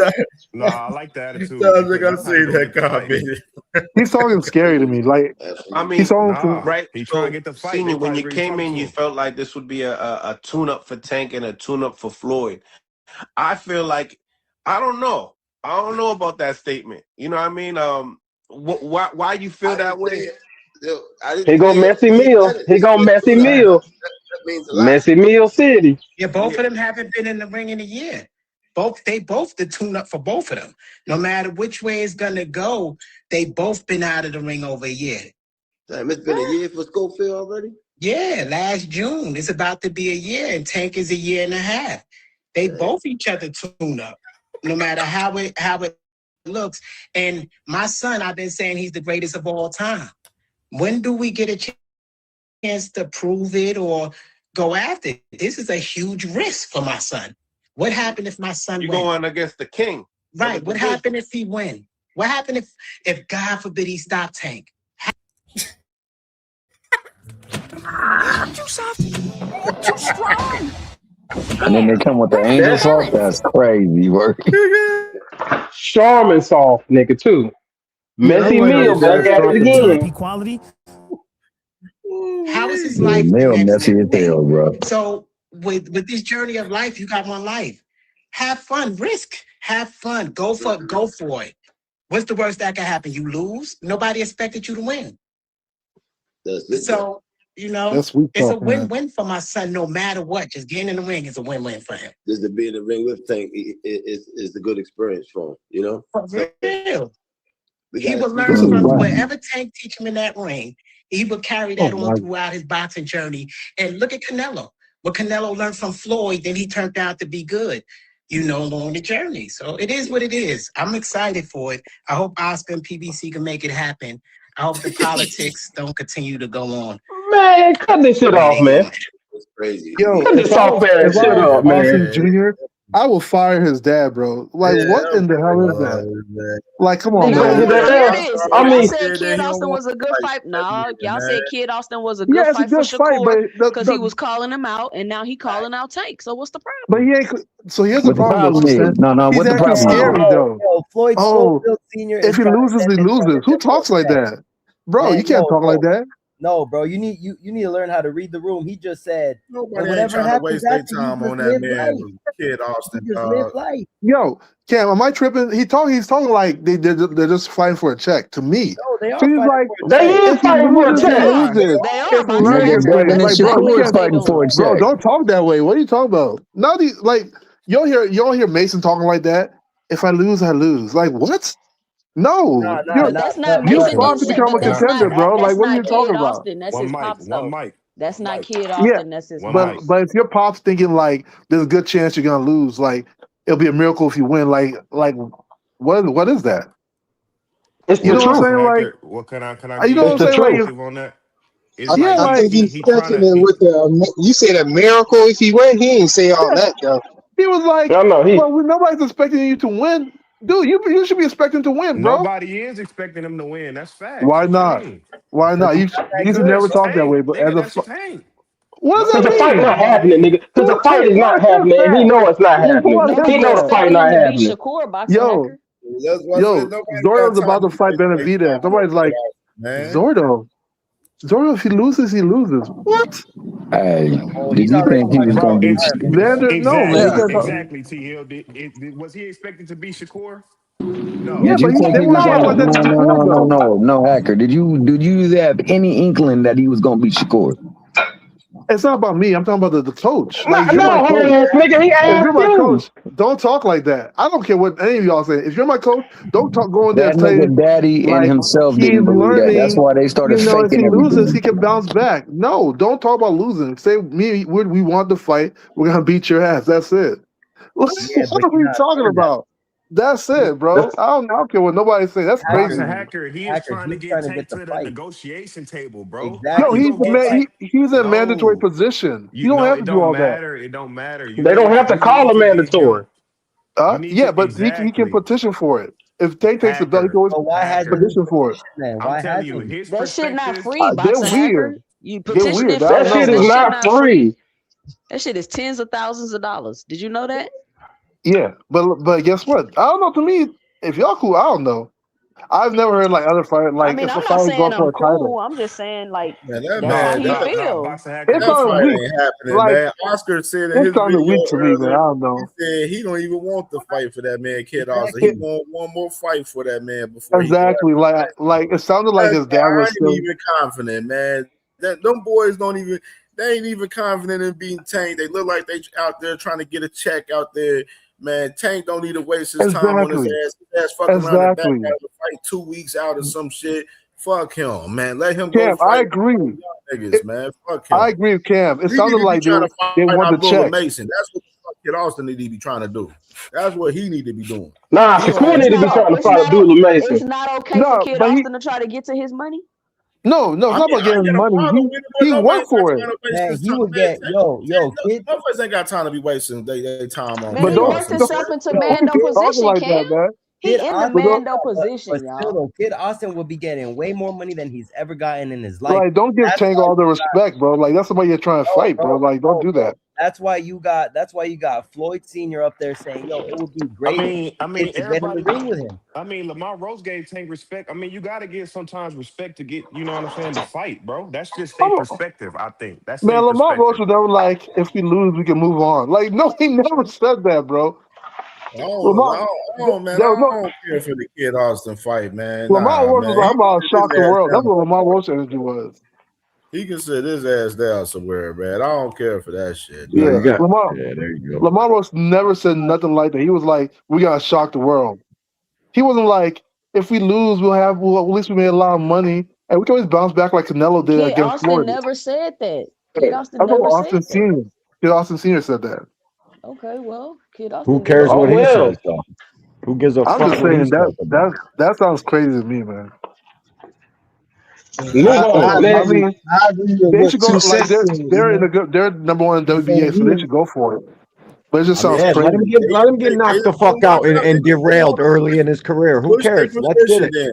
If they want that fight, push it. Push it, yeah, I'm down for it. I'm down for it. It just sounded weak. Salute to all y'all. What's good, Like if D1, I'm to my bet on the brother? underdog, I wouldn't bet What's up, that. D1? Brother. What's up, All right, D1? let's get into these. Y'all ready to get into these Bud tweets, man? Yeah, go ahead and start it All up. right, so let's check out the Hacker, first let me tweet. switch you to need my your own Bluetooth channel, headphone. bro. Let me switch to my You are Bluetooth dominating the conversation. Every time you're on the panel, you're always just fucking talking. The Punisher. Fucking The crazy. Punisher. What's up, D1? Right? Always talking. The Punisher. Man, You won the Yeah. Punisher. Go I'm ahead. here today. I'm here today. All Salute. right, Let's bet. talk So about let's these get this Crawford cracking, man, fucking right here. delusional Here fucking the tweets. first tweet from Bud right here, man, right here. So first he says I was always, and then he pops out and says, "See, I'm always looked at as the bad guy my whole life. So I changed my life and tried to be the good, respectable guy. But at times, y'all be making me want to go back in time. I came too far. I won't do it." And then do it. after that, he says, Who is how y'all? did y'all Fucking get do it. He needs English class. He needs to go back and get his fucking GED. Dude can't even type a fucking anything. You're Terrence Bud Crawford. You should proofread before you post. Making boxes The ass off. GED, That's he what whoop matters. ass for That a was living. hard He to whoop read, ass Kicks for a bro. ass for a living. living, buddy. He Well, whoop let me ass get for this a shit living. right Fuck up. here. Ain't nobody. I ain't worried about Terrence Crawford shit. $5 bagger for He my needs to brother fucking T. kick He an said, English book Hacker is fast. actually right here. Scofield Senior is the worst. His energy is dumb weak. Hey, I agree, bro. Bro, nobody ain't worried about Auntie Scofield. Fuck him, man. He a whole ass nigga, man. Fuck him, man. He ain't confident. His He son can can fight bounce too, back. bro. All Kid right. can fight. Kid got cracked, bro. He does. The dad was just talking too weak for me. That's all. Like I wouldn't No, put money yeah, on no, Cam. I didn't like his dad's energy neither, bro. Yeah. You can't come into a fight with Tank Davis. Don't let that Roach fucking fight fool you. You come into the fucking fight half confident, you're gonna spark Shrills, you you out. looking at this tweet? It's so Let me hard get let getting me into get a back to fight the tweet. though. Let's get to the tweet, My y'all. bad, my All bad, right. my bad. So I'm looking at Shell's comment. He said, "Cam, that wasn't Bud, that was Birdie or Bud's account." Because he see this tweet right here. So right here, you got Bud right here. He says, "How did y'all get Boost out of anything I just said?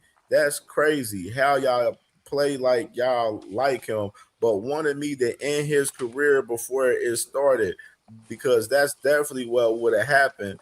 SMH, y'all something else, I tell you." Then he said, "Can't no manager, promoter, advisor, coach, or anyone of that matter can say I ever ducked or turned down a fight that wasn't presented to me." Now, let's really talk about it, because our real life stepped on shit right there. Coming from Mr. Bud Crawford right there. And then this next one's right here. Let me go ahead and let the banner down. This fucking dude was this he man must have been voice texting. seen this story before. Kind of look like a real familiar one for me.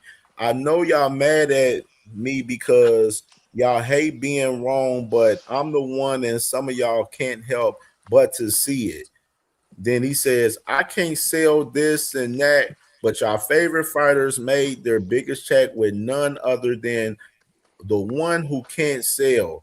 Let that sink in for a minute. Why would you think that is what they fought so many other so-called big other names? And then he says, what's better than being undisputed? Being undisputed 2 times? What's better than being undisputed 2 times? Being undisputed 3 times in 3 different weights. Now argue with your mama right there.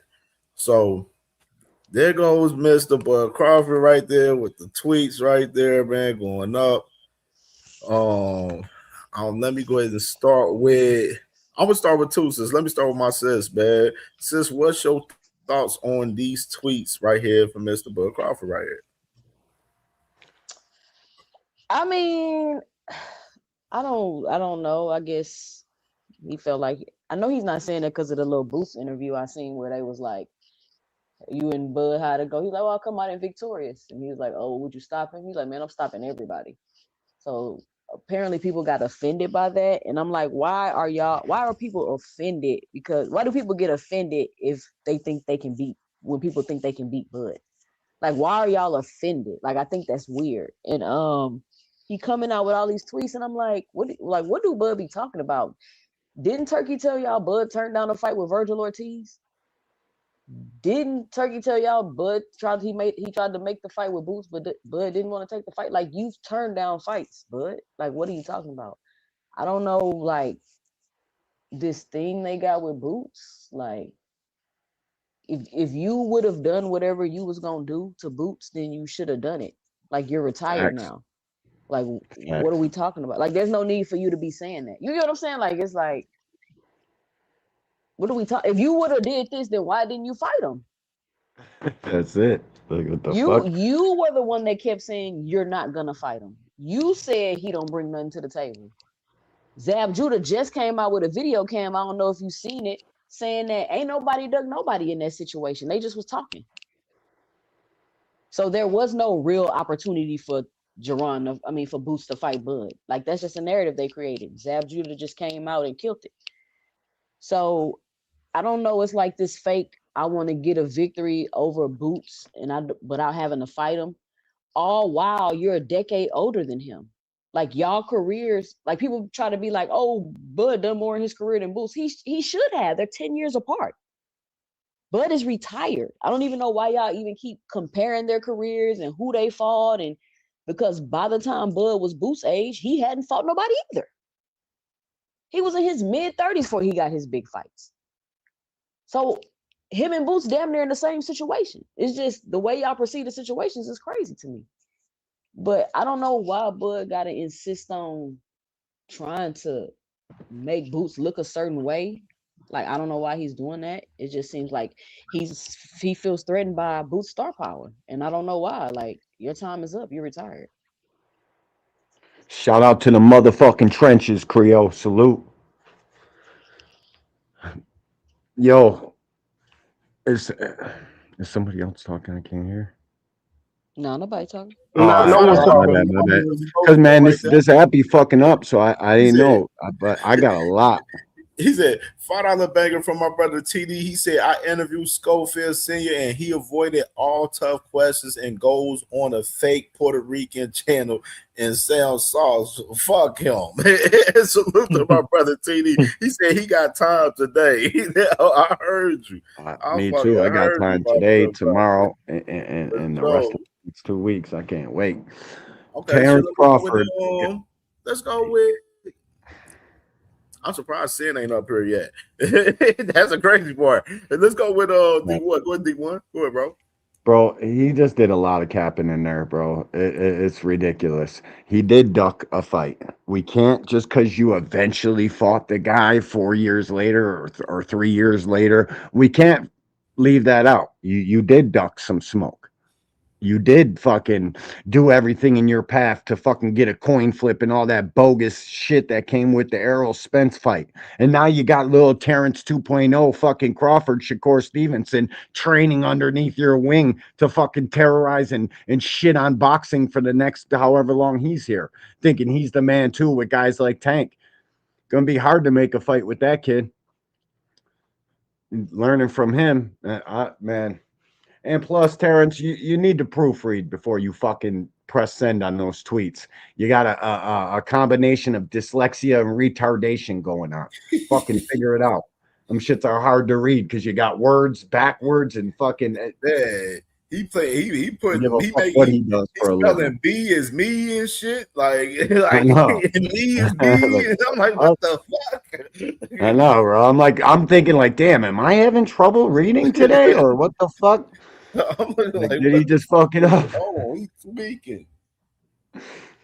Shit. No, Okay. no. Shit. Let's go with Let's go ahead and go with Mr. Flyer. What's your thoughts, man? What's your thoughts right here? What's good, yo? Yo, I agree with most of the stuff that 2 Cents was saying. You know, I think that but he's supposed to be talking the way he talking and everything. You know, as far as him thinking that nobody can't beat him, and he won every fight that he had. But I can't help but bring up that moment in time, man, that everybody hate when I bring it up. You know, right after the rematch with Errol Spence fell through. You know, and Bud at that point, Bud had 3 belts. Jerron Ennis had that IBF belt because they had stripped Bud and gave the belt to Boots. And so at that point in time, he had a decision. He could have went up and fought Madrimov, to become a champion in another weight class, or he could have revisited, and he could have fought Boots, and he could have became undisputed. He would have been 3 times undisputed, at that moment in time right there, had he chose to fight Boots. And so to me, people try to say he wouldn't have got credit for that, but I don't understand what they mean by that. You can become undisputed twice in the same weight class.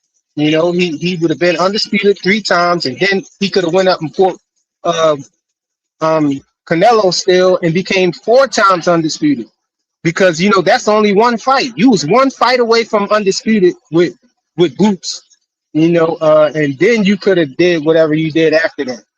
And so I just think it was a little bit of hesitation right there, from Bud right there, because him and Boots was going back and forth and everything at that time. I think if I remember correctly, that was like right before the $1 million worth of game $1 million worth of game interview with Bud. And him and Boots went back and forth or whatever, but and said that Bud was saying that Boots had a chance to fight him, but he said Boots went the IBF route. But I think that was the smart move to go the IBF route, because that's what put him in position because he had Virgil Ortiz and somebody else already ahead of him in the WBO rankings. I don't know who else it was, but he had two guys in front of him. So he went the IBF route, and even Bud at the end, at the end of his career, he said out of his own mouth that the IBF did the right thing by stripping him. You know what I'm saying? And giving that belt to Boots. But so I wouldn't say that you can't really say that Boots ducked Bud by going the IBF route because that's what ensured him the fight. That's what got you stripped and was forcing the fight. So but I'm gonna land my plane right there, yo. So if you had to choose Boots or Devin, who would you choose?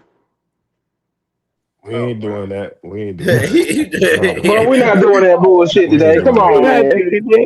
Don't start that shit. All right, we doing good without no Devin.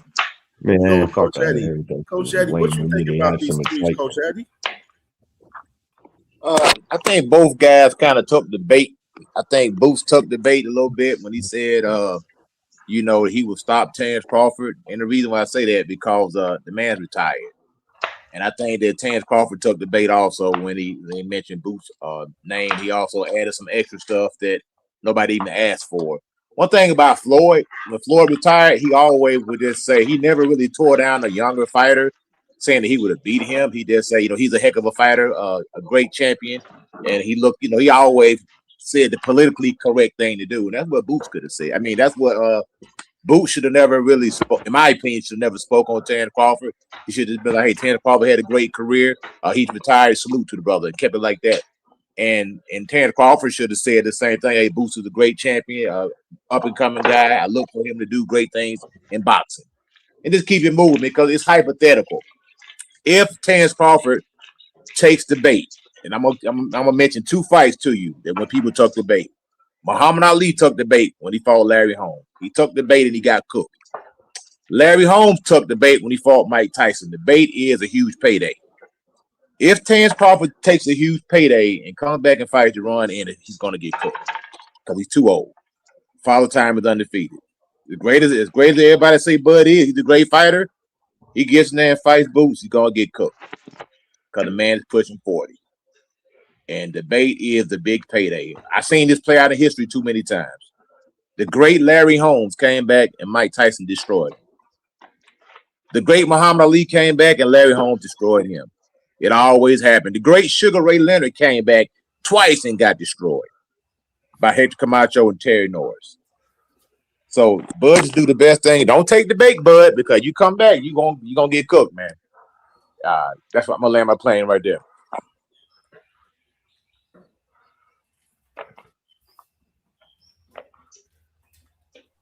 Yo, y'all hear me? Yeah, I hear you. Anybody talking? Yeah. Oh. Yeah. Hey, no, everybody know that Terrence Crawford got that dog game. I think he itching. I think he want to get back in the ring. And I think he don't like that everybody's making Boots to be the guy that was supposed to beat him. I honestly don't think Terrence Crawford ducked nobody, but I can see how people wanted him to fight Boots because of Boots' eye test. But I think at that time, Terrence was getting ready to retire. I think he wanted to retire after Earl. He said that. So, yeah, that's it. I'm gonna let my play. You want me to go? Fuck no. We never want you to go. Relax, brother. Go ahead. I agree with Bud Crawford. I don't know in what world people thought that Boots was going to beat Bud. I never saw it like that. I think Bud probably will. Bud might have stopped Boots, to be honest with you. I think Boots was at that time. Boots was just still a little bit too green for Bud. Boots was doing good things versus the fighters he was fighting, but Bud's a whole different level. As far So as you think Madrimov was more ready than Bud? more ready than what? Boots. And Boots. Madrimov was a champion though, so that was the only difference, right? But I So is didn't think Madrimov better than Madrimov was going to goddamn? beat me. So I didn't think Madrimov was going to win either. I don't think Boots was. I don't think. Hold on. Let me. Win. Yeah. Can somebody? Hey, somebody jump off so I can let KO come on. I just got it. I'm gonna jump off. I'll jump off. No, I was just texting him to tell him to click the link. I'm gonna hop off. Yeah. Hey, So you can let me yeah. go, man. After I go, I'll hop off. Shit. So like when it comes to that fight, I never. What happened?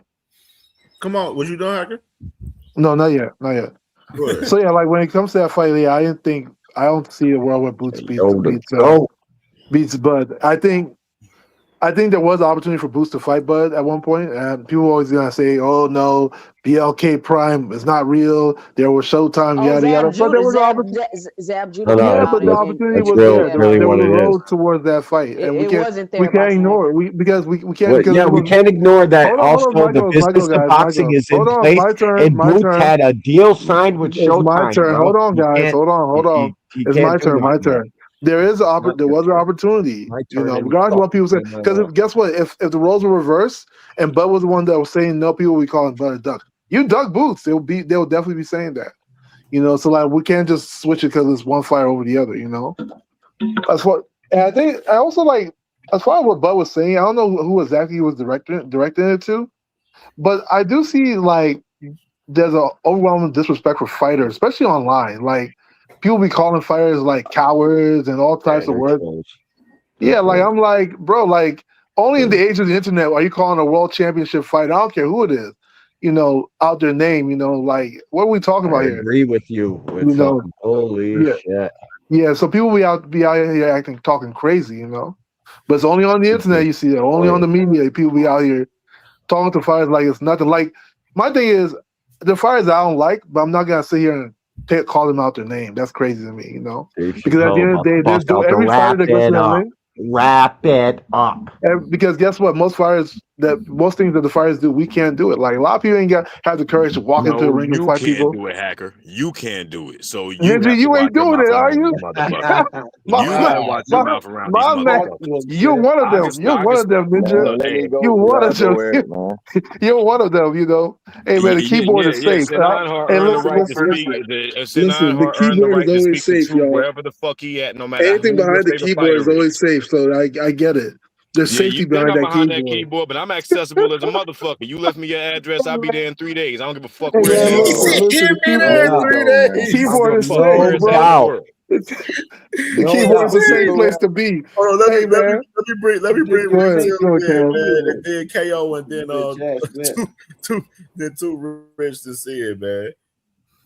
No, I think I was behind Too Rich, bro. I go after because I'm really here just for a little smoke. So I let everybody cook. I'll wait till I hear. I'll wait till I hear something. I'll wait till I hear something I don't like. You know what I mean? Then I might have to show up. Happy belated birthday, for sure. KO said he came to pick a fight. Yeah, for sure. Appreciate y'all. Yeah. Rick Timms, what's going on, my boy? What's up with it, Cam? Everybody on the panel in the chat. Look, man, I definitely don't have much to say about this.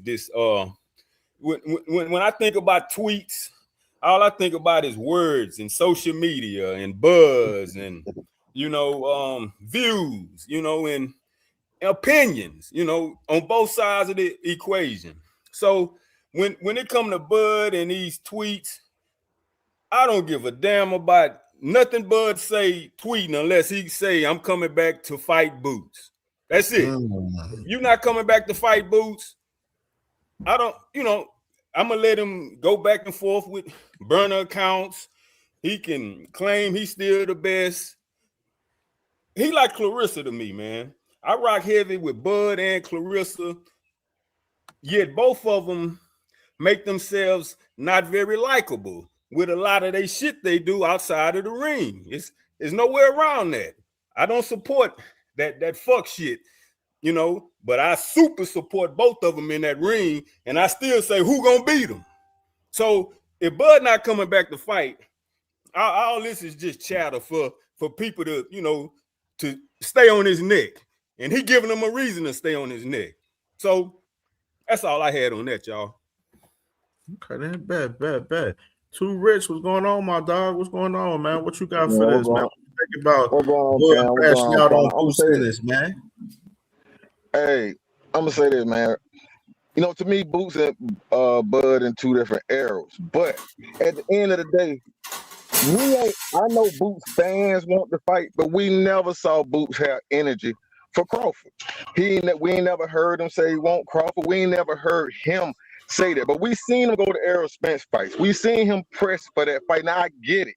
Errol Spence was the money man. I get that. But we still never saw no energy from Trust. Now I'm a YouTube. I was making shorts. I was looking for clips of Boots talking shit about Crawford. I couldn't find nothing. So what I'm saying, he's retired now. Why are you saying you're gonna knock him out now? Because all I know, he beat Stanley. He had the WBA. Crawford had the WBA 154. Crawford said, "Tell him to come up here and get in the way." We saw no smoke. So don't say you're gonna knock him out now that he's not here. That's all I'm saying. So what you don't Too you rich. expect? But what about what Crawford said? Too rich. Hold on, let me finish. Don't you expect Crawford to respond? All I'm saying, I think it would be more shocking if Crawford didn't respond than he did respond. And I always said this: Crawford ain't done, bro. He waiting on the right situation to come back. That's all it is. So He you gonna saw wind up Turkey like Larry tweeted. Holmes. Hey, Turkey just tweeted that. Hey, shut up, man. Turkey just tweeted that Crawford need to come back to either fight Canelo or go to 154 and go undisputed again. So understand, this could all be calculated at the same time. Turkey, you want that? Keep want that Canelo smoke. All right. So how is Canelo gonna? Hold on. How are they gonna get undisputed again? Canelo don't have a single Turkey fucking said, belt. "Oh, go to 154 and go undisputed again." Huh? What? What That's what Russian Turkey has? tweeted, y'all. Look What it up. Russian Go ahead and has? tweet. He said, "Go to What 154." rich Going to Russian the has all fucking four moon. belts for Crawford to go undisputed again? He got to fight 2 or 3 fights to get there. That's why I said don't take the They bait. would He never gonna do it. take the bait. He They gonna would never wind do up it. like Ali and Larry Holmes and They Sugar Ray would Leonard never do it. getting cooked by a But younger Sugar Ray guy. came back and beat Yeah, but somebody too. It's Don't not. say that. It's not just a younger if Man, he guy. had to doesn't, We Camacho all beat the know. brakes off Sugar Ray Leonard, man. all right. Say this though: if That was Crawford way comes down the back Ain't and line, got though. nothing to takes do with Boots age. on One and mic, actually y'all. beats him, One mic, it's a y'all. different fuck. He goes way up on the all-time great list. He comes back and beats Boots. That solidifies his shit as one of the best fighters to ever do this shit. Literally, it's him and Floyd. I mean, how many times he got to tell y'all he don't want to No, fight it Boots? don't, bro. No, Like it don't. Three of the Look, fucking keep marquee fights. I know No, you don't like the man, but that's what he man, comes you back not and beats Boots. three. we The three can't no fighters, bro. you The, Come ma- on, don't for get the three this. man too fighters. old. Hold The on, man you is too don't old. My fault. My bruh. fault. My No, They fault. think he's he's definitely too old. Superman. They think Bud Superman. But the thing No, is, people keep talking about what Boots didn't do. How many times Bud had to say he don't want to fight Boots? He said it I several know. times. He said he Several Right? don't fucking bring nothing to the table. He got stripped because he didn't want to fight him. Like God, like what? Like what all Bud got to What do did to he let y'all bring know to the he don't want table? to fight this What man? did You he And got to bring listen, to the say it table? out listen. What did loud Bud I don't make with him? think his it's What a. did hand he on the bring to I the Bible. don't. table? Hold on. Let me finish too, Rich. Hmm. I don't think it's an issue that he's not fighting Boots. Like I said, they a decade apart. The challenge that I'm having is what is it about Boots that makes Bud feel threatened? That's what I'm asking. I Bigger, think it's the Because same thing stronger, that happened taller, anytime, with Floyd and younger, Pacquiao. faster. anytime Boots say something, or anytime Boots come up, they saying something negative about him or what they would have did, and like why? Bud, you're 40 years old, bro. You the best fighter in the universe. You 1,000-time undisputed. You got 17 belts in 4 fights. Like, just move on. I don't understand. But that's what happened with Pacquiao. I know when Pacquiao first was really on the scene, people were like, "Oh, he's better than Floyd." Floyd was getting annoyed for a minute. Floyd was retired almost. Floyd was retired, and then people were like, "Oh, Pacquiao's better than Floyd. Pacquiao's better than Floyd." And so I think the same thing at that No, it's level. Like different. They were contemporaries, man. It's different. No boys, they're in the same they, era. they were, Floyd and yeah, they were Pacquiao in the same contemporaries. era. They were contemporaries, But I will say that. But Floyd had retired though at that point, though, All right, let me and he go. Let came me back go for with my Pacquiao. But why did Floyd? Floyd retired to get out of the rematch with De La Hoya. That's why he retired. He waited all right. 1 year and then came back the very next day. Come on, man. Go ahead, He coach. did do My bad, coach. that. Let's go That's with funny. KO and then let's go with Sin after that. KO, my Yeah, brother, so man. I Happy wanna birthday once again to my appreciate brother, y'all. man. Appreciate y'all. Salute, brother. Yeah, appreciate y'all, man. So I think 2 Cents asked the question that I wanted to talk about. I was waiting to see if anybody would actually bring it up. Here's the answer to your question, 2 Cents. I leave the whole who would have won, who ducked. I cooked on that 100 times. Bud never got to have his fun in the sun, bro. For Floyd Mayweather, once he was done and he finished, there was nobody out there to compare him to. There was nobody out there that was right behind him that you could say, yeah, that nigga fight just like Floyd. Nigga might be the next Floyd. He doing the same thing Floyd was doing. But for Bud Crawford, the moment he retired, niggas was like, here go this other dark skinned nigga. He switched stances too.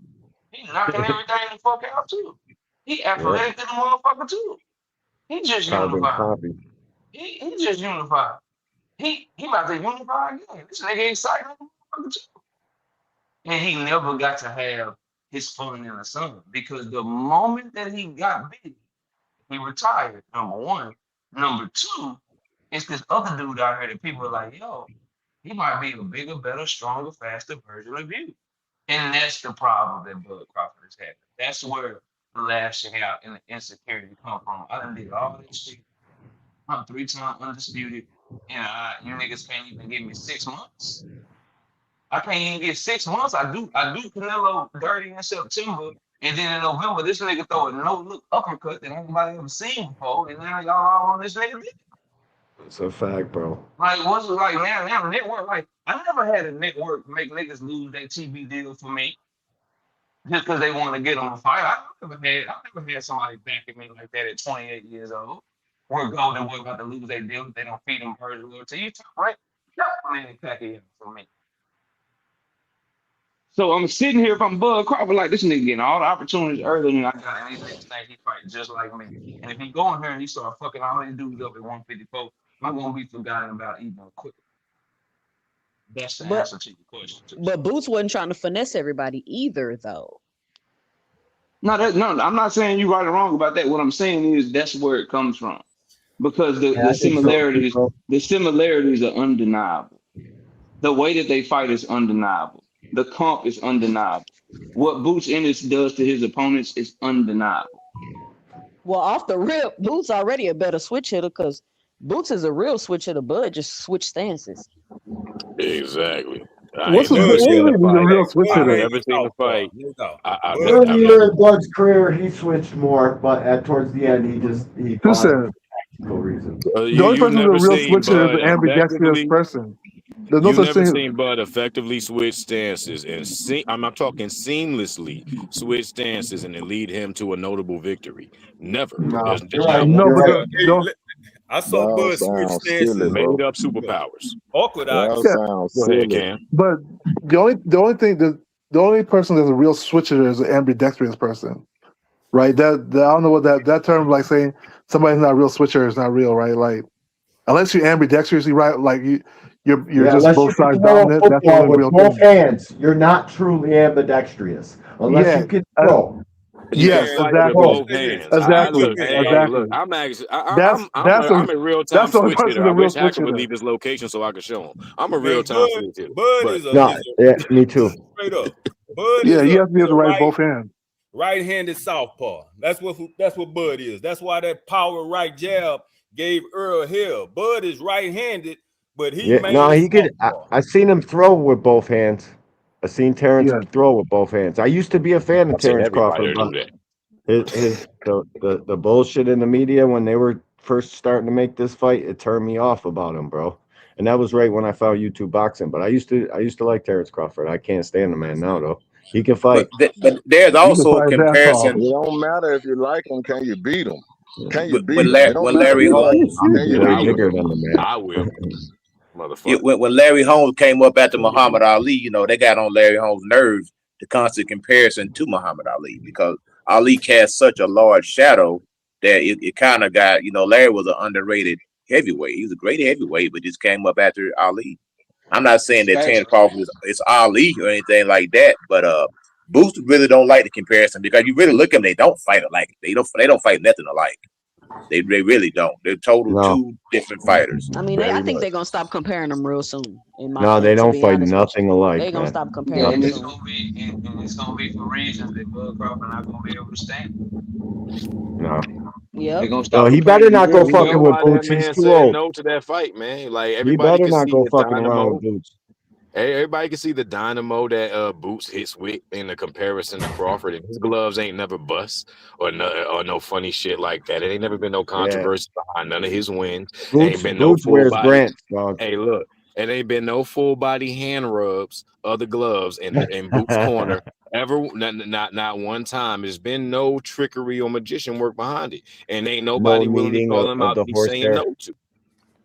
But I thought So Get I that thought shit the out the Boots way. Kenny would Ellis have beat said that Spence happens like that. though. So I Dodge don't in the know. So y'all glove. telling me Boots would And have Fucking beat they Spence checked the like kneading. that? gloves, so all the theories about him cheating, like they actually checked his Hold on, gloves. hold on, hold Who on. told you that? Let me ask you a Where? question. Would Boots have Where? beat Hold on, Spence Who like told let's you that? that? Sin finish. The Hold on, lady Sin ain't get grabbed to his finish. gloves Acting. and Hold it on, got Huh? bro. clean. Let Sin finish, bro. Sin, go ahead, Sin.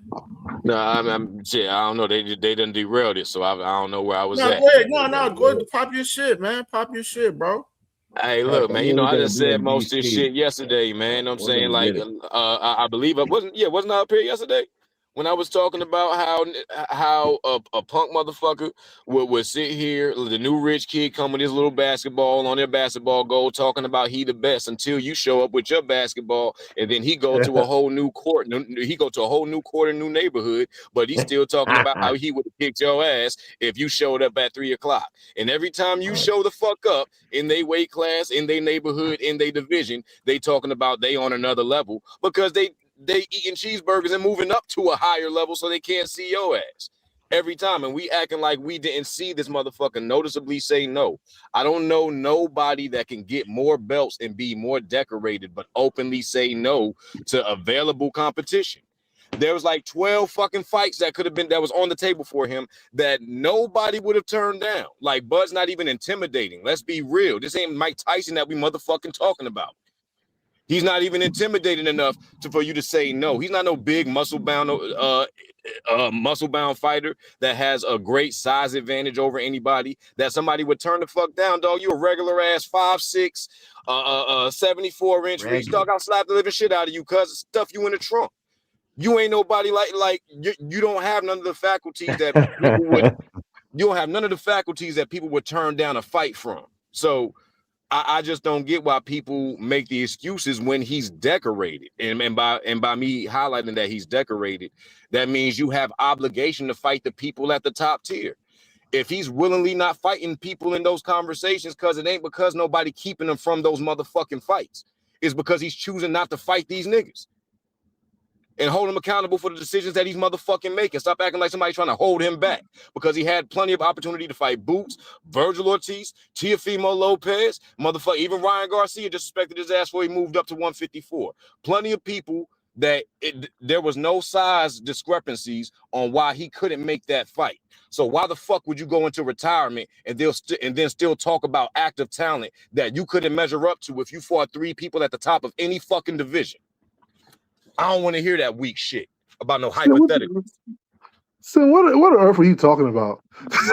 Shut your bum ass up, actor. I expect He everything to beat go over your head. Crawford and beat Errol Spence, whoever the hell else you want to beat. What? What are you Yo, talking about? wait, did he collect all the belts at 140? What happened at 140, Sin? Let me ask Wait, y'all a what question. happened at 140? Wait, Just one question. what happened? One question. Hey, one question. Will I hate Boots seeing have beat pretenders, Spence dog. like that? I hate seeing Yo, pretenders, man. yo, man, I hope one day you Will meet Boots have Crawford in real beat life, Spence bro. like that? That's Will why Boots I have hope. beat Spence Hold like on, that? one I mic, hope he do one too. mic, And one mic, as one soon mic. as soon as Let I two handle rich. him, I'ma Hold on, slap hold the on. Let living two shit rich out of you. go. Hold on, let two Nigga rich don't go want to real answer quick. Go this ahead. question. Good. Sin, you Y'all can don't respond want to to two answer rich. this question. Go Hold ahead, up. I two Yo, gotta rich. step out. I gotta step out. I'm I, still at work. I gotta I was step out asking a real quick. I'll be question. right back to the McDonald's phone, cut Will bro. the Boots would Wi-Fi have All right. beat Spence at like Two so Rich that? joint. so Crawford ducked Ryan Garcia, Virgil Ortiz, Who Teofimo said Lopez. Ryan Garcia? Who said He that? did. Sin just said that. Oh well, Ryan was calling him out. He ain't want to do shit with him, so I get why Sin saying that. Yeah. Salute to Hey, my Yeah. brother bro, you T. guys can Shout out fucking Hey, to my laugh man, brother off I ain't even Ryan gonna T. argue with Garcia you That's all guys. the you same want. standards y'all have Ryan for is other a people. threat to all of these What standard I boxers. have for other people to Hold say? on, let me I get the super know. chat, y'all. Hold on. You guys laugh Salute to my about brother Ryan TD O'Neal. with the $5 banger. He said, "Let's go, Xander. Put all this Bud versus Boots talk to bed." LOL. I could dream, goddamn it. Let's go, Xander, straight to the ER.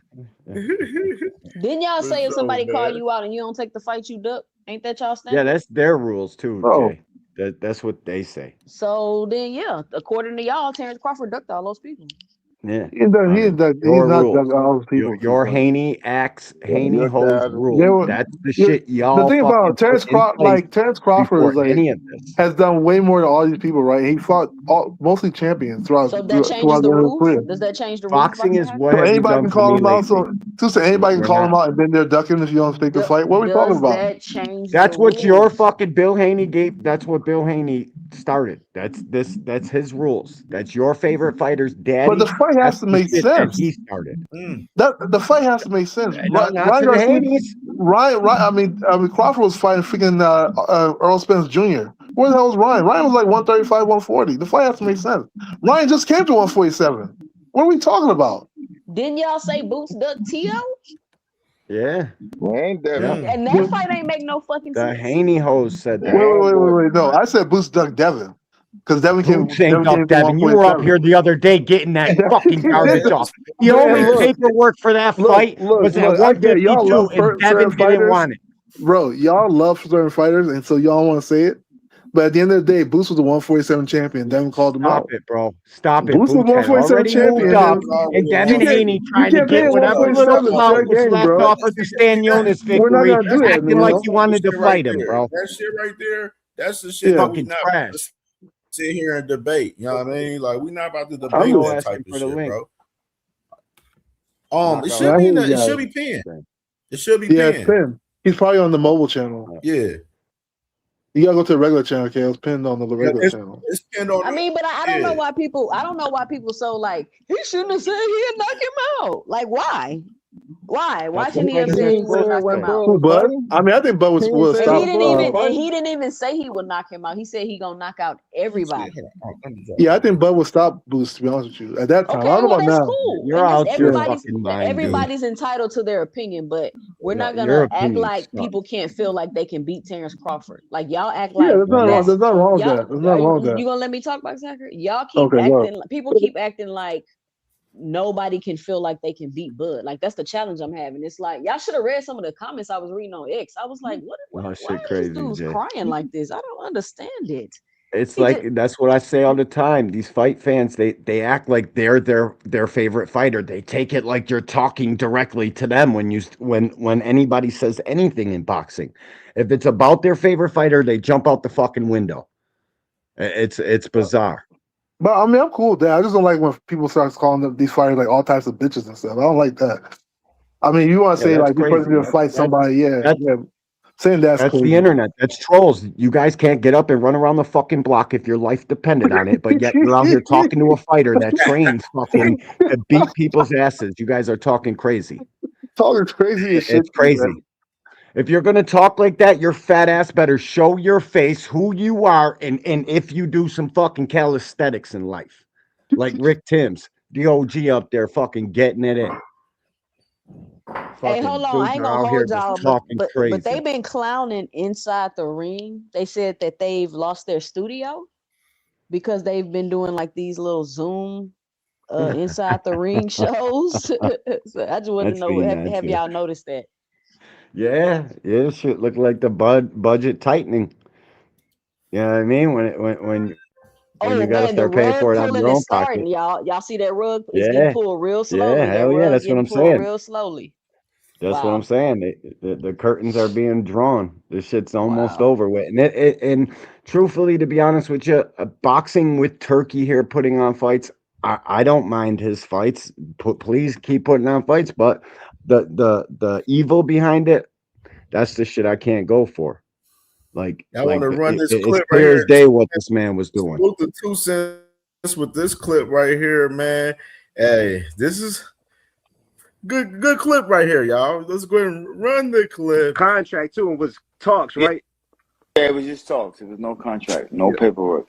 Because what Bozy wasn't really trying to You know, No. None of that. Bozy was down. Bozy was down.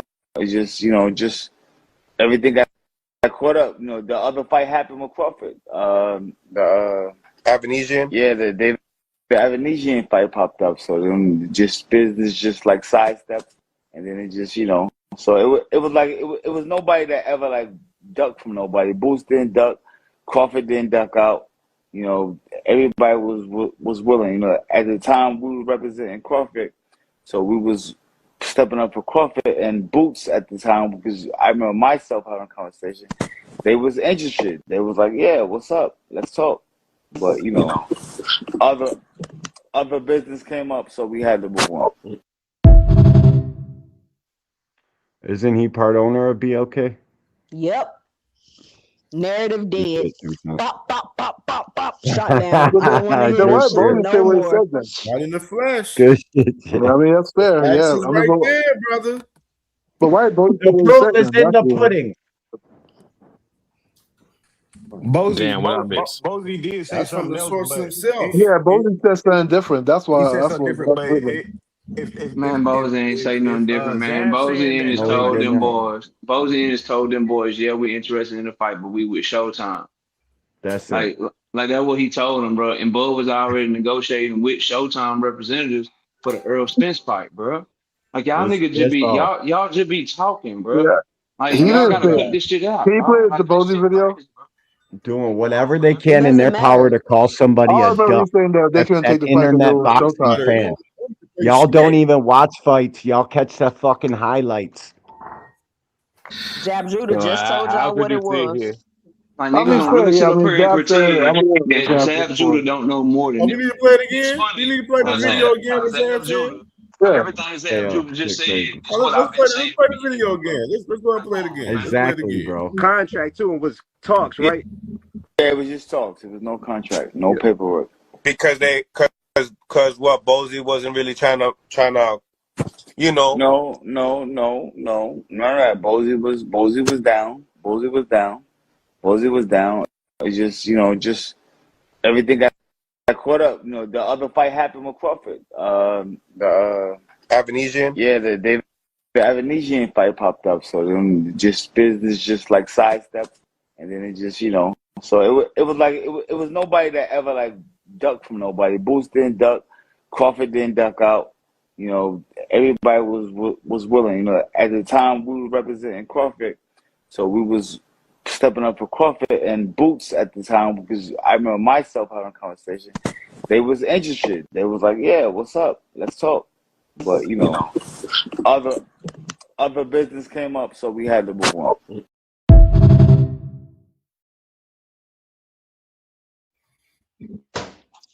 So y'all think that Avenesian was a better pre-warmer for the Errol Spence fight than Boots? Like, by what means did Boots and Avenesian become in the same conversation where it's like, we'll take David instead? And why do y'all think that he took David instead of Boots when Boots because would have he's less of obviously a because He he's went less to of a threat. 154. less Because of he's a less of a threat? threat, Right. Stan. Less of a threat. He went to Hey, 154. look, I want to hear one of the liars or one of the clowns. One of the. He I went. want He to hear went. one of y'all. So Bud went What's to y'all? 154 though. So like What's that? Bud, because wasn't that was at 154. So he was a 154 champion. So he took that fight. You said who was at 154? Imagine you don't imagine.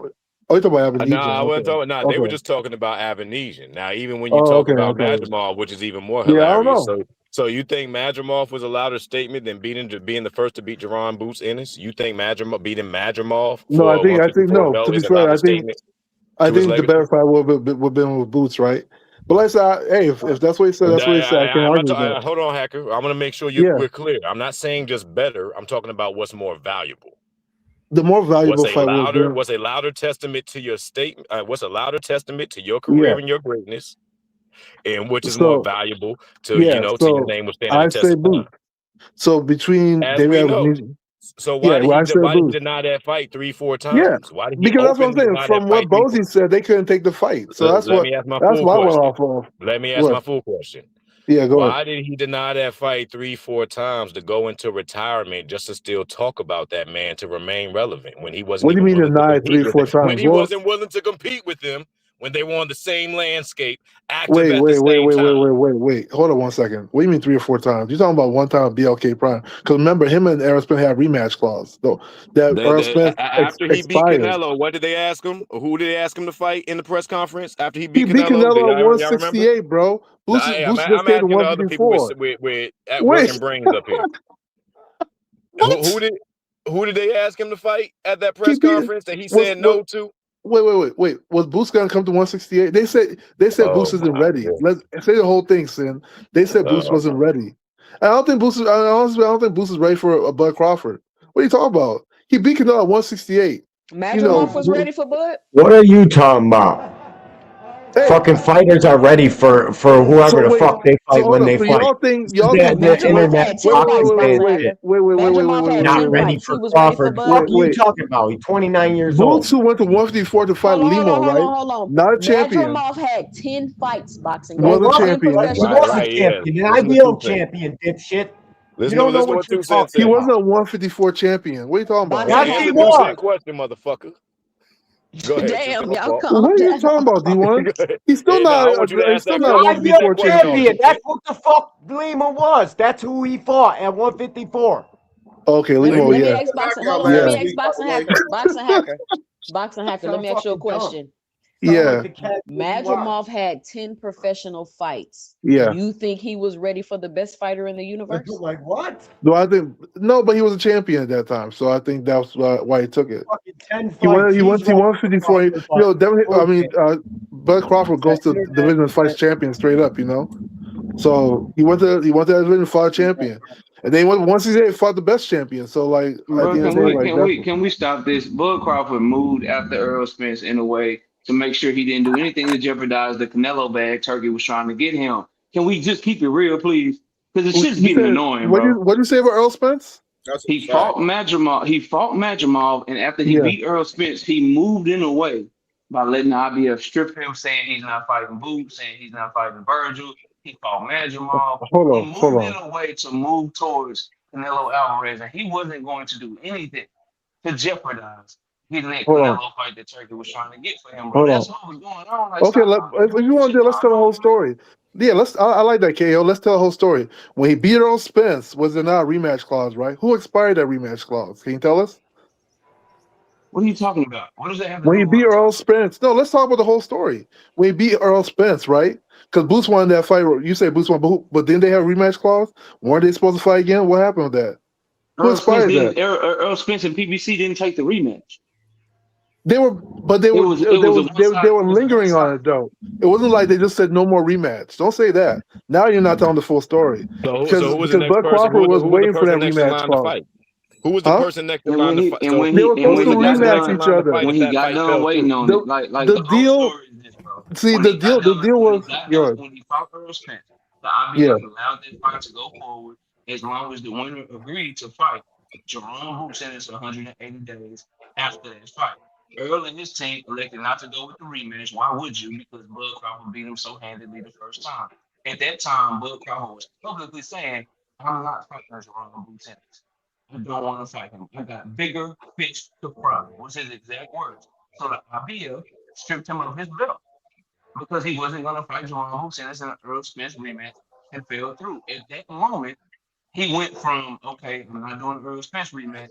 I gotta get my eyes on Canelo Alvarez. And anybody that can threaten that, like a Jerome Boots Ennis, like a Virgil Ortiz, I'm not fighting them. I'll fight Madrimov though.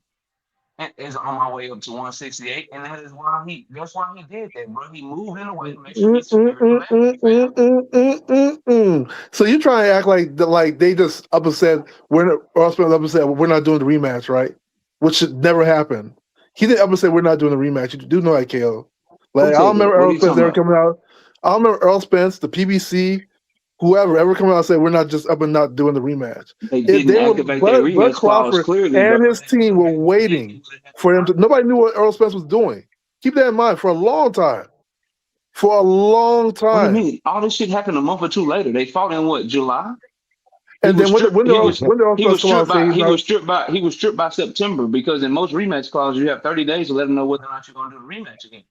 It's just Right, 1 but month, bro. What are you talking about? you're saying that Earl Spencer and his team came out and said we're not doing the I rematch, didn't which say they didn't came out happen. and say. I didn't say they came out PBC and said. and PBC didn't do that either. You I said didn't say they PBC. came out. I didn't say they came out and said You anything. I you said just they said that. You decided said not to do that. the rematch, bro. Which When is did they clear decide that? How are you saying they decided that when because they the never time came out and said clearly went up. anything? That's why Bud Crawford was able to move on. Nigga, Because he was that's all this. waiting.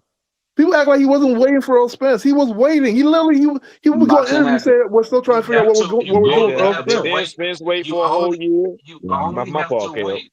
No, you're good. You only have But to you wait can't a come out here certain and say amount of time. that somebody said Listen, no. bro. Like nobody did that to Bud Crawford. Nobody. Listen, fam. Listen, Go ahead. dog. You're listening to talk. I'm responding. Now listen, Go I'm ahead. learning shit. Stop.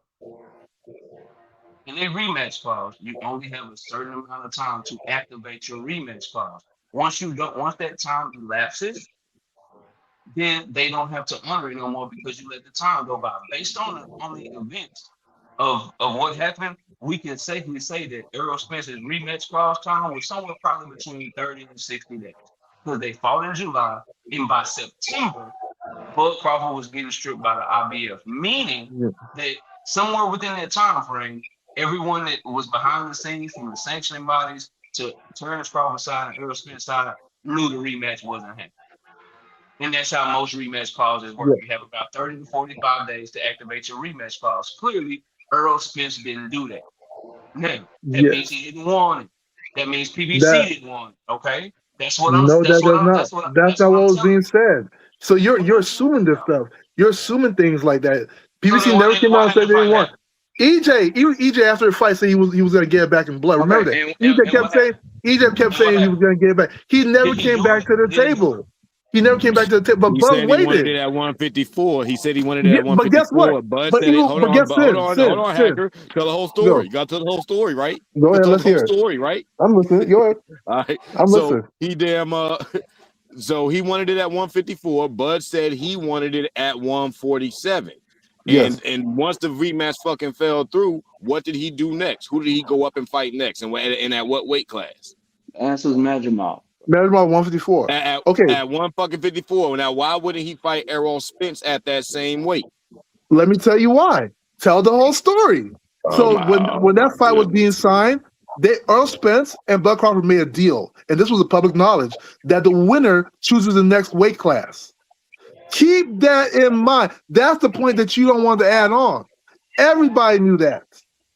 So Bud Crawford wins the weight, right? He Still wins don't the leave me fight, with the and same question, bro. The he rematch puts I the still fight got the back at same question. 147 because he knows Earl Spence has high problem making the weight. So that's what happened. So the Earl rematch, Spence didn't have so the rematch fell through, correct?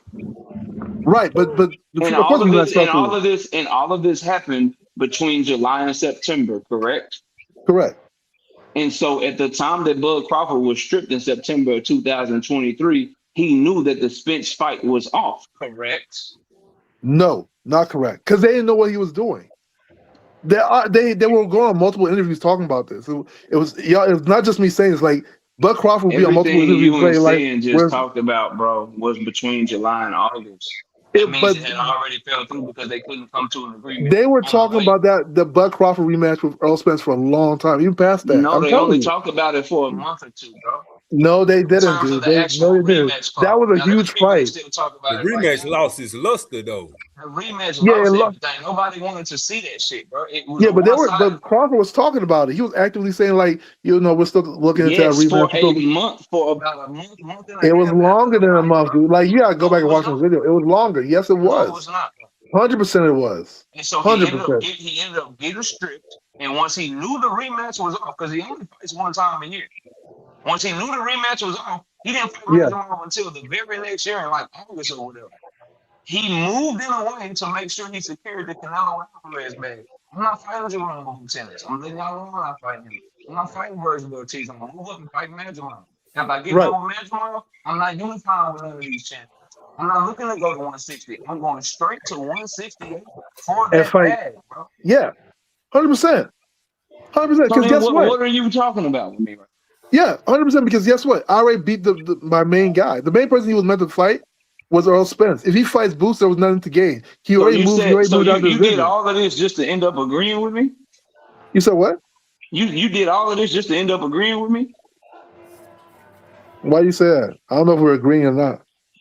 Oh my fucking lord. Yeah, I My don't know how we lord. agree. My Dude, only you thing don't with what you're listen, dog. saying is You this: don't listen. like my only thing is what you're saying is. What I'm saying is this, right? Well, me and you are disagreeing at. After Earl Spence and Terrence Crawford fought, and he knew he wasn't getting that rematch. Every Yeah, move he made after that was to make sure he didn't fuck up the Canelo Alvarez bag. That's what I said. the Canelo Alvarez brag when they come to fruition. I think that was also later on past the Madrimov fight, right? No, the Canelo Alvarez came to fruition the moment that Bud Crawford decided to turn down PBC's Jermell Charlo Erickson Lubin offer and work with Turkey directly because that's the fight Turkey wanted for him, bro. Turkey was working on that fight for him for a year or two, trying to get Canelo Right. over there to take the fight. So he wasn't doing nothing to fuck that up, is what I'm telling you, bro. And he even has interviews where he said, I started thinking about it after y'all. After what the hell is that?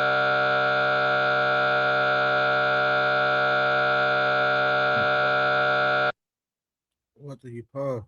Yeah. Oh, we. Yeah, I don't know about.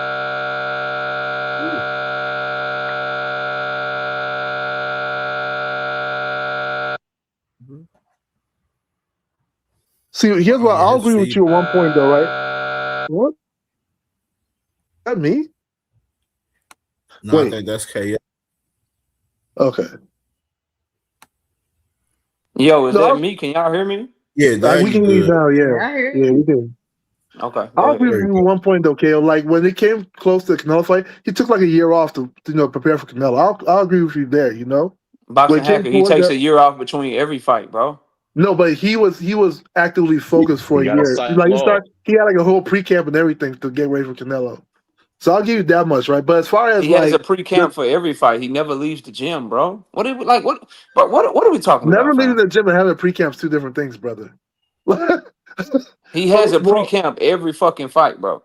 He's yeah, always training, fam. never leaving the And as he gym gets closer to and his having fight, a camp as he gets or closer to his pre-camp is fight, he two might start different things. sparring more. He starts doing strength and conditioning more. Then he goes into Yeah, camp like 3-4 months before the fight. But he's always in the gym, bro. He didn't yeah, do nothing. I've always He didn't do nothing. He didn't do nothing different. There was no different timeline. There was no different there nothing for the Canelo fight. was. So No, like there I was said, not, bro. being in the gym and having a camp or a pre-camp is two different things. I'll keep saying it. It's not the same thing. Being in the gym is you going to the gym, going home, see your family. Being in a pre-camp is you're very much in the gym the whole day. You're like living the gym life like through the whole day. And he And was he prepping does and he that. was He does, and prepping. he He does was that for prepping every single to fight. gain muscle. He was And he prepping does that to for move from every 168. single fight. No, he You doesn't. know he's on camera saying, as far as my training camp, as far as preparing for this fight, I didn't do anything differently. You know he said that on camera, right? He Like, also what are said you that he like? What did. are you talking about, Wait. bro? He also said they had a pre-camp. You know he said that too, right? You gotta tell the whole story, KO. He also said he had a pre-camp because he wanted to get acclimated. So he did say that. He said that he's doing. So He said that. if he had a pre-camp and he Yeah. also didn't do anything differently than he done from any other fight, that means he has a Well, pre-camp for every other fight. The and again, timeline between you're Madrimov not telling the and whole Bud story. Crawford was the He same as did all his say other fights, bro. You're What not are you telling the talking whole about? story. So he what you're did do a referring little to, extra for Canelo though. yeah, what Yeah, you're he referring did to, go a little KO, longer for Canelo. is what he did different for making the weight. What he said is that he didn't do much different for making it except like he doesn't cut into his muscle as he used to. That's all he said. He never said he didn't do anything different for the camp. He was talking about making the weight from 168. He had That's what you're referring to. near 2 counts for Canelo. He went a little longer for Canelo. Exactly. It's different. He had a whole different situation that time. But like I said, I'll give you that's what I think he did different. But as far as the timelines for 147, he was actively waiting for the Earl Spence rematch. He was, and I feel like it went on for at least 6 months, actively waiting for Earl because he kept talking about it. And you never heard anything back from Earl Spence and his team. Like PBC never came out and said. All I gotta say for us, man, Bud Here- Crawford is all I Go gotta ahead, say bro. is Bud Crawford back out here popping this shit and everything. Want to come out here crashing out, popping this shit about Boots. You know what I'm saying? It's either come back and fight Boots or shut the fuck up. That's where the fuck I'm I at. agree with that, bro. I agree Flat with that, out, but like, you know what I I mean? agree with that. But because we're getting off the conversation. Like let's stick to what the actual conversation is, bro. The conversation is Bud Crawford's moves after Earl Spence. That's what I said. That's what you're trying to argue with me about for some reason. And his moves after Earl Spence, from signing to Turkey, from moving up and selecting Madrimov, from deciding not to pursue any other champions at 154 pounds, deciding to skip 160 pounds.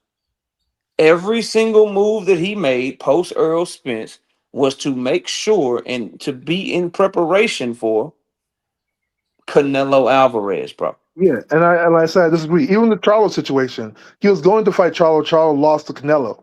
That's what changed it. Wasn't that he didn't fight Charlo in preparation for the Canelo fight, Bro, or he like the turned same, down the bro? opportunity to fight them, bro. What are you talking about? This He is getting on my only did nerves, that. bro. He only did that because Charlo lost. What are we Stick a talking sock about? in your mouth, He only, nigga. that's the only reason he did that. He wanted to. He said he was going to fight. He literally said this. He was going to fight Charlo, but Charlo lost to Canelo. So he goes and beats the guy that beat Charlo. So What are you he talking fought. about? So he fought. Who did he fight that beat Charlo? Canelo. Oh, he fought Canelo years later, but he turned down Jamel Charlo, right? Because Yeah. Jamel Charlo lost and he didn't want to fight him. That's why he turned it down. Yeah. So why did he fight David Avenesian, who got knocked out by a motherfucker he already got knocked out, bro? Because of the 10 million that they claimed they were getting. And how much you Well, think he would have made fighting Jamel Charlo? yeah, I don't know, but he said that's the reason why he turned down the fight. The point, Right. but So Bud Crawford is a known liar, bro. That's why you have to look at what he here we actually does. go. Here we He go. turned down that fight. Number one, he can't stand Al Heyman and PBC. He do He flip can't flop. stand them. You He right, can't Knock. stand them. He can't stand their ass. That's number one. Hey, Number hey, two, hey, number two, Knockout. he had turkey on the table, fam. He had Right. turkey on the table. He's not finna fuck up the Canelo bag, bro. That's why he moved that way. That's why he was very selective with who he fought at 154, not unifying at 154, not going to 160, not getting acclimated to 168. Nigga, I'm not getting acclimated. I'm not finna risk losing to one of these big What? motherfuckers. I'm going straight to Canelo. Wait. So What are we talking about, bro? let's talk about it though, right? You talking about Crawford, who just came off his biggest win, and I'm going to go back and go and fight you, who just took a loss for what? When I can fight the guy that's bigger than you and makes more money? What are we talking But about? he didn't fight that guy. He fought Madrimov. That's what I'm saying. It's not like he turned Madrimov down was a Jamel Charlo champion. to fight Canelo Alvarez, bro. He turned down Oh Jamel my! Charlo to fight Madrimov, my nigga. No wait, That's who he turned down. He fought Madrimov because he was a champion. That's why he fought Madrimov, right? Jamel Charlo was still a champion at Jamel 154 pounds. Charlo As is a coming matter off a of fact, bad he performance, was and the champion at 154 pounds. Madrimov has a draw on his record against a nigga you never Jamel, even heard of, bro. It's not about Jamel Charlo losing, is the point I'm Jamel. making. It's about what Bud Crawford was looking for. And Bud Crawford was looking for that Canelo Alvarez fight. And So let me anything ask you that can something. Let threaten me ask that, you something. anything that can fuck that up, like PBC trying to give him a 2-fight deal and not a 1-fight deal, he's not on that, bro. He was on, let me try to get to Canelo, which is cool. Why is that so hard for people to admit? Canelo is a better fighter than Jamel Charlo. You just pointed out how he beat Jamel Charlo. There's nothing Right. wrong with saying his moves were to get to Canelo. That's just all it is, Because bro. he was looking to fight Charlo first, but Charlo lost. It wasn't just about Canelo. Charlo lost, so he wanted to fight the guy that beat him, because guess what? The guy that beat you gives you the bigger money, right? So that's what happened there. No, he But to wanted say to that, fight the guy that so Earl here's your Spence was claim. going to Wait, fight, Kale, bro. here's your claim. He Here's your wanted claim, to fight though. the guy that was the biggest bag, bro. It had nothing to do with Jamel Charlo Here's your losing, claim. fam. Here's your claim. This is what you claim, Kale. You said that You everything, don't have every to move tell they. me what I'm claiming. I know exactly what So I'm I'm just saying. gonna put. I just want to put this in cooked, perspective. nigga. I'm just want to put this in perspective for you. You said every move they made after Spence was for the Canelo bag. I said Yes. no, because guess what? The move immediate was he was looking to fight Charlo, and No, he Canelo wasn't on wasn't. the He table. turned it Yes, down, he bro. was. Yes, He he turned was. the shit Yes, he down, was. bro. He was looking to fight Charlo immediately. What are you talking about? He wanted He to fight Charlo turned the after he fight fought down, Spence. bro. Cause Charlo, oh my goodness, Charlo lost, dude. So then he wasn't looking to fight him, my nigga. Fuck is you talking about? Yes, he. Okay. If I fight in July Yes. and you fight in September, and then you lose in September after I won in July, and I don't want to fight you no more, how the fuck am I looking to fight you? Because I wanted to fight you before you lost. What are we talking Okay, about? but then once he You lost, he lost. didn't want What to are you fight him talking no about? more. When the fight was actually If Alicia Baumgartner loses, do you think Caroline Dubois is still gonna want to fight her? Are you gonna say she didn't want to fight Caroline Dubois? What are you talking about? Fight was actually on the table for him, he turned it down because he was moving towards Canelo. That's And what the no, fuck I'm telling you, because the bro. person they wanted to fight already lost to Canelo. You sound stupid. So there's no point Now in Bud fighting only this fights guy. undefeated Well, I'm gonna fighters fight the guy now. that beat you. You sound like dumb, bro. If You Alicia, sound guess dumb. what? Caroline Dubois is calling out Alicia Baumgartner, right? If Alicia Baumgartner had lost her last fight, and Caroline Dubois won't even call her out no more. What are you talking about? If you lose, there's no point. If you're coming off a bad performance, I ain't getting nothing out of that. Fight, bro. If Alicia Baumgartner loses her next fight, and then Caroline Dubois gets an offer to fight her, and Caroline Dubois turns it down, that would be Caroline Dubois saying, "I don't want to fight you." So you say she never wanted to fight Alicia Baumgartner? That's not what I. That's not even what the fuck I said about Bud Crawford. That's what I'm nigga. saying. Okay, so you can't make the claim that every step that he made was for Canelo when he wanted to fight him, but he lost. That's it. You can't make that claim because at one point he wanted to fight Charlo. He wanted That's to fight Charlo going into the Earl Spence fight. He beat Earl Spence. He wanted to fight Charlo if Charlo was able to do anything with Canelo, which was only a month and a half, 2 months later. He fought Spence in July of 2023. Canelo and Charlo fought in September of 2023. That's about 60 days, bro. They both fought in like the middle to the end of the month. Somebody go fact check me. After Charlo lost, when Bud started entertaining deals as a free agent, he was offered a Charlo deal. He was offered fights from Turkey.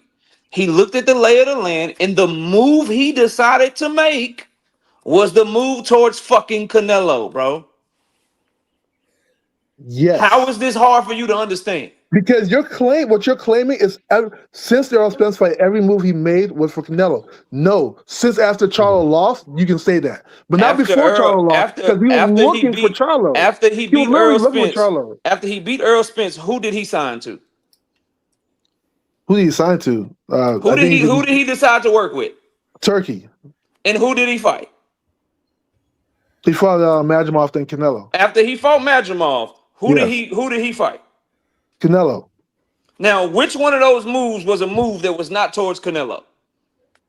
Like I said, none of them. No, answer the fucking question, please. No, bro, like it was Charlo first. Answer the question. This nigga's answer the question, please. It was Charlo. Charlo lost. That's why he didn't fight. That's why he didn't go towards Charlo. Charlo lost the guy that was going to fight. I didn't ask you to explain to me why he made this move, KO. KO, this is why he did it. Well, I simply said that's the whole debate. Then what are you talking about? The debate was his moves to fight Canelo, or were they not to fight Canelo? And after Earl Spence, every single fucking move, from deciding who he was going to sign to deciding who he was going to fight, to deciding who he was going to get Turkey to go after, to deciding who he was going to turn down, was a move that was made to get to Canelo.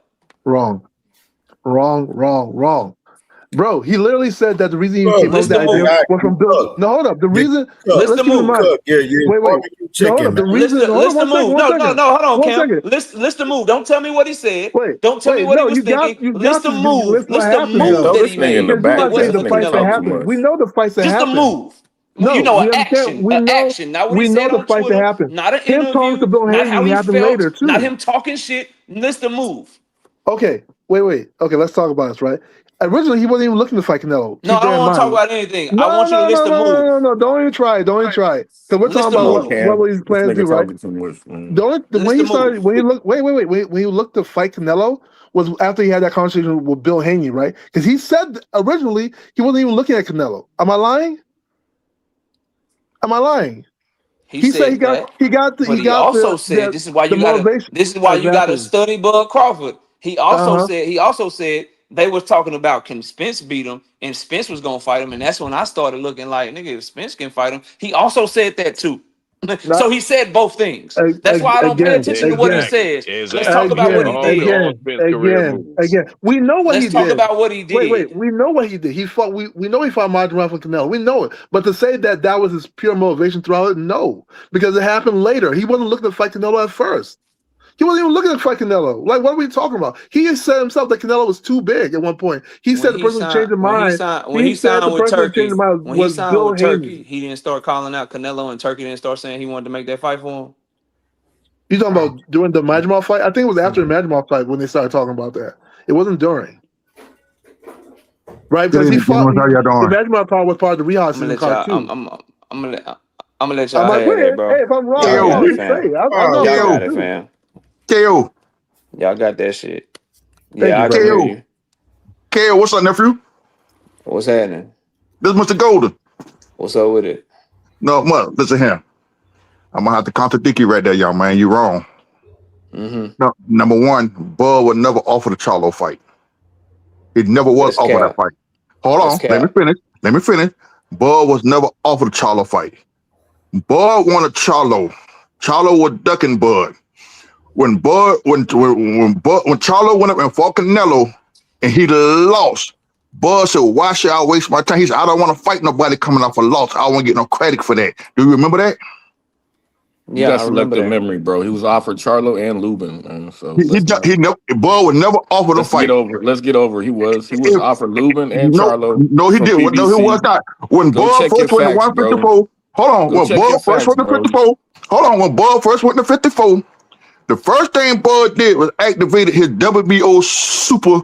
Y'all buttercups got selective memories, man. No. Check your facts, Bud activated his super status at the WBO. He was supposed to fight Tim Tszyu for the title. That's who Bud went out there at 154. They came with the bull crap, but Tim Tszyu was supposed to fight. They tried to get him and Keith Thurman to do it at a catch weight. Y'all remember that? That's scratched off the fight. Saying the same thing, Don't forget Mr. Fundora Gold. either. Don't forget Fundora. You saying the same thing. You explaining to me why Bud Crawford turned down Charlo and why he didn't want to fight him. I'm not here to talk about that. I've been listening to you. After Spence fell through with the rematch and they weren't gonna fight, PBC offered him up Charlo and Lubin. No, he did not. Yes, they did, bro. No, they did not. No, that Charlo went immediately after he lost that Canelo fight. Charlo went immediately as the champion in recess. That's why he's still a champion in recess. That don't mean I understand that. He went in Charlo did not want to fight. Still offered Bud those They fights. never offered Charlo. Listen, you really think after the way Bud beat the hell out of Earl that PBC was gonna offer him Charlo to take a dollar the way that he did? Of course, Charlo is damn. No, it was not. He already got his ass whooped. Yes, why not? Charlo got to offer Charlo up to Sebastian Fundora too in a minute. What about Fundora then? Bud also challenged Fundora. You arguing off of what you think and emotion, bro. Bud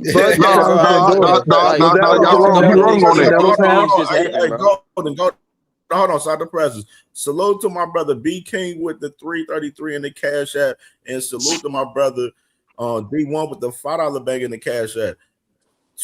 $12 more for the hacker bounty in the cash app. I said in the cash app down there. I didn't say in the super chat. I said in the cash app earlier. You can run it back, but in the cash app though, for sure. You know what I'm saying?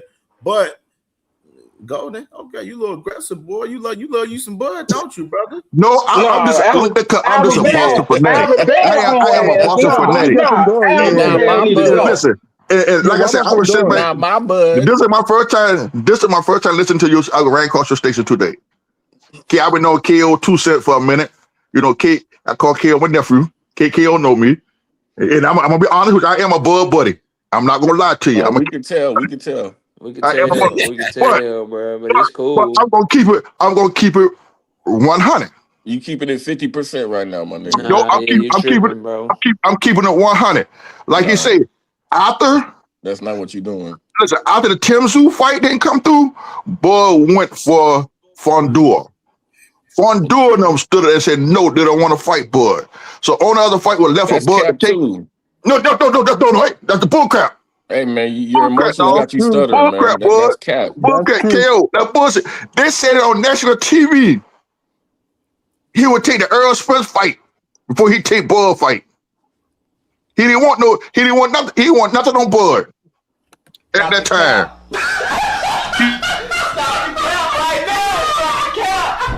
No bullshit, bro.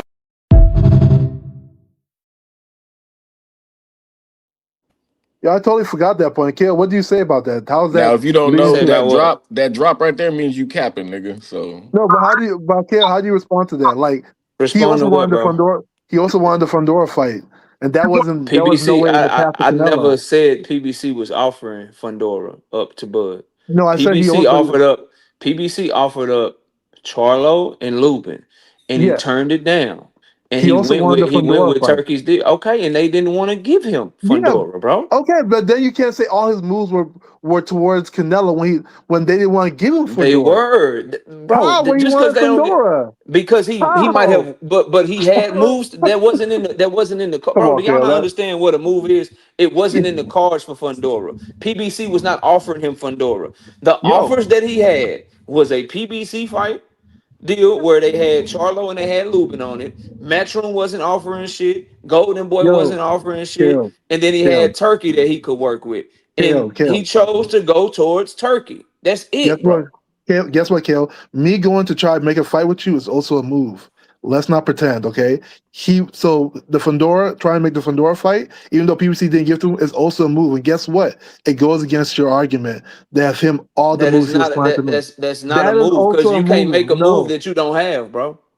Yes, That's you not me can't. making So a move. me, I don't have me that move trying in to my make a arsenal, Nobody fight has is bro. ever making a ducked move. Terrence Crawford. All his Nobody has steps, ever ducked all Terrence Crawford. Fundora Crawford has did. put no pressure on Fundora did. nobody to make a All his fight, and steps, they all said the And then steps, no. all hold his on. steps were not toward. When did Fundora become champion? Like March of 2025 Facts. when he beat Yep. Tim Yeah. Zoo. So Okay. Yeah. why the fuck was he trying to fight Fundora around? Y'all timeline is all your fucked up. timeline is Fundora fucked was up, the Like, bro. champion, What are you man. talking about, That man? niggas be capping. let me work for a Oh minute. my God. Let me work for a minute. Hold on. So Go ahead. Nigga Packer on mute, Fundora man. beat Tim Zoo the first time when PBC first got they Prime Video deal. The shit that we're talking about with Bud Crawford and PBC and Jamel Charlo and Erickson Lubin, that shit was all when they were still with Showtime. So what the fuck are y'all talking about? Again, KO. So you're saying all the steps These niggas lost in the all the sauce, moves that man. KO that Bud Crawford made were towards Canelo, and that's Yeah, a, all right. Shut that soft ass shit up. And the best man to win. That's some soft ass shit. Shut that soft ass shit up. All that soft talking. I know you can do it, man. You got the. Man, shut that soft ass shit up, man. You ain't with me.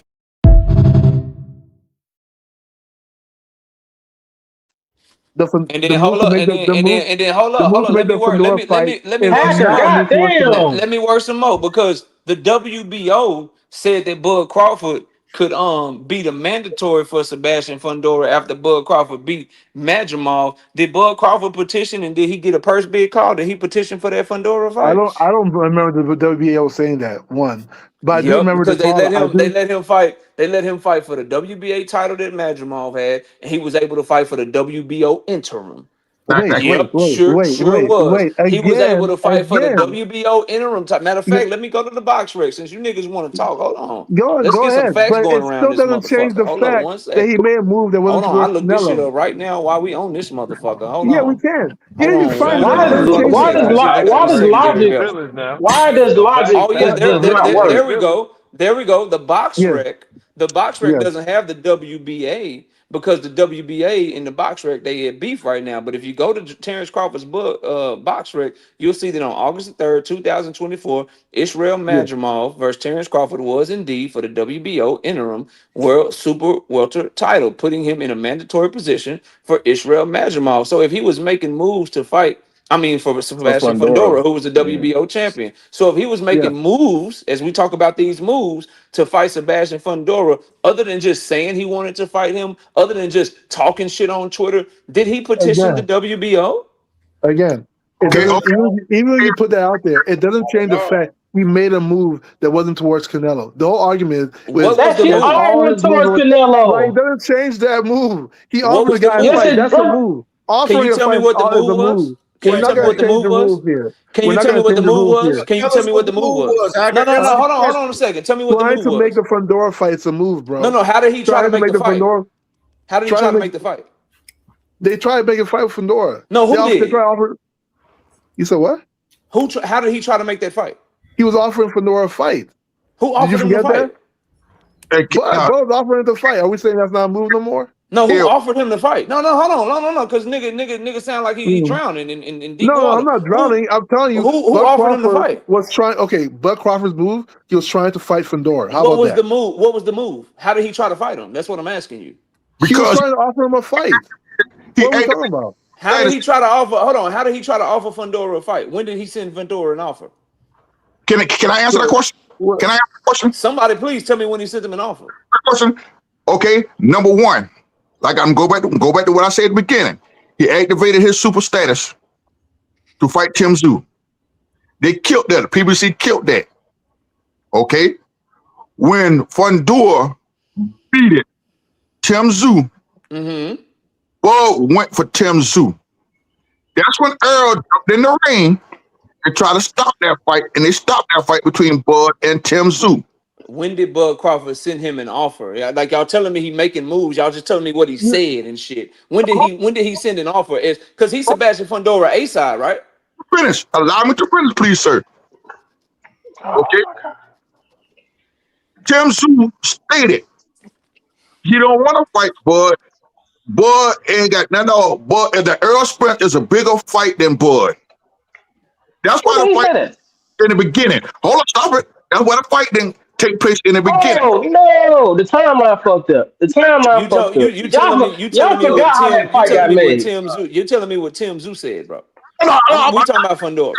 Fedor say that out of his mouth that the Earl Sprint fight is bigger than fighting Bud Crawford. But how is that Bud Crawford? But that's up for interpretation, right? That's up for interpretation. Whoever you think is bigger, how is that Bud Crawford trying to fight him? Listen, you are correct. When Bud went, he fought McGrath for his title, and he became the WBO interim championship. Facts, yeah, facts. And what did he do after that? You are correct on that. Then when he came back again, talking about Bud and Fedor fighting, Fedor wanted to fight Earl, and Bud said, "Okay, I'm gonna let you go ahead and fight Spence." So then, how is that Bud making a move? Remember that? Hold on, listen to what I'm saying. Because Bud was gonna go ahead and fight Tim Tszyu. I mean, fight Fedor. So Bud was willing to just let Sebastian Fedor fight a nigga that he don't like, his biggest rival. He's like, yeah, go ahead, nigga, that's cool. But that's him making a move to fight. Hey, look, he telling half the story though, because the WBO said that they was going to take the belt from Fedor so that they could because Spence was not a valid contender for the 154-pound division, and this is the same WBO that made Terrence Crawford the #1 contender for Canelo when he wasn't a motherfucking valid contender. The WBC did that, yeah. But that's not even a debate. You see what you're doing. You allowing them to. That's going to allow them to try to move somewhere else. The key thing is, what move did Bud Crawford make to try to fight Fedor? That's what I'm trying to get them to tell me. Yeah, for sure. That's what I'm trying to get to. Because they still these niggas is cooked, man. And I'm with you. When has he ever sent an offer to anybody? When has he ever sent an offer to anybody and they said, no, I won't fight Terrence Crawford? When has Crawford ever fucking done that? And he had obligation to do that. If a fighter said they're not going to fight you, if a fighter said they're not going to fight you, what offer are you supposed to send to him? Whoa, hold on. You the WBO. Hold on. Everybody got two moves for. Hold on a second. Hold on a second, because you were just advocating for Bud versus Boots, but Bud said he wasn't gonna fight Boots. But you expect Boots to do something. So that's one point. I'm not done yet. Hold on, I'm not done. The second thing is you don't have to send him an offer. It don't matter what Sebastian Fedor say. Didn't you win the WBO interim world super welterweight championship? So why didn't you just petition the WBO since you're making moves? Right. Again, Kale, let's just stick to the initial argument. You cook, nigga. Let's stick to wait. Let's stick to the initial argument. You said every single move Bud Crawford made, right, was for the Canelo fight. Hey, Fedor, and you said that he made a move towards Fedor, and I'm still waiting on you to tell me that move. Right. What's that move? Wait. Keep this in mind. Got no move, bro. Trying to fight Fedor at all is not a move towards Canelo. Trying to fight Fedor at all is not a move towards Canelo. Ooh, how did he try to fight him? I agree with you. How did he try to fight him? Yeah, he verbally said he wanted to fight the dude. He was targeting saying that you remember what I told you. Don't tell me what he said. Don't tell me what he tweeted.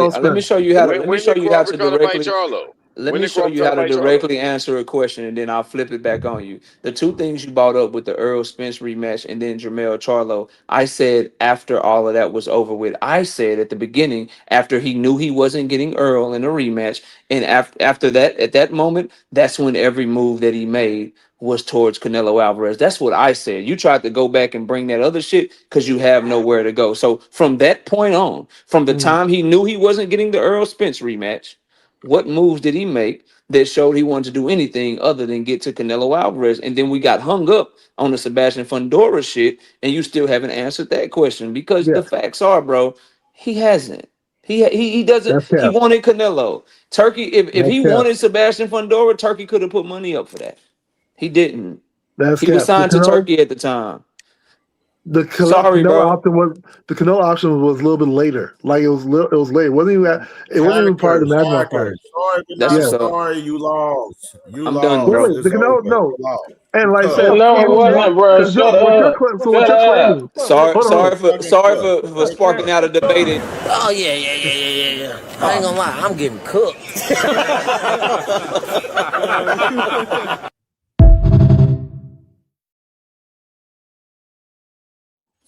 Wanting to take different paths is still a move. Like we Shut the can't just fuck ignore up, that. nigga. Damn, you We're talking not Hey, gonna over ignore everybody. that. Like I don't that know, boy was never you quiet, can't even you when we can't do all that. had to go on We mute know when the you offers played though, that man. We shit. know the fights He are talking amazing, calls her a but him ratchet wanting female, different paths nigga. is Kept two different moves. talking. Yeah, that's the It reality don't of it matter because you're what trying to hackers say. disqualify it. It don't matter what hackers say or what new counter so-called argument he tries to make, because at the end of the day, Crawford has never sent an offer to anybody. There is no tangible offer. All he's done is trash talk bigger fighters. So all the little casual ass motherfuckers who ain't never fought a day in their life, they think, the little guy is calling out some big guy. He must be dangerous. Oh, the big guy is Yeah, ducking. This is no different than me calling out a motherfucking NBA player by going to the rec center to do it and saying that I'm better than all NBA players, knowing that none of them motherfuckers come over there.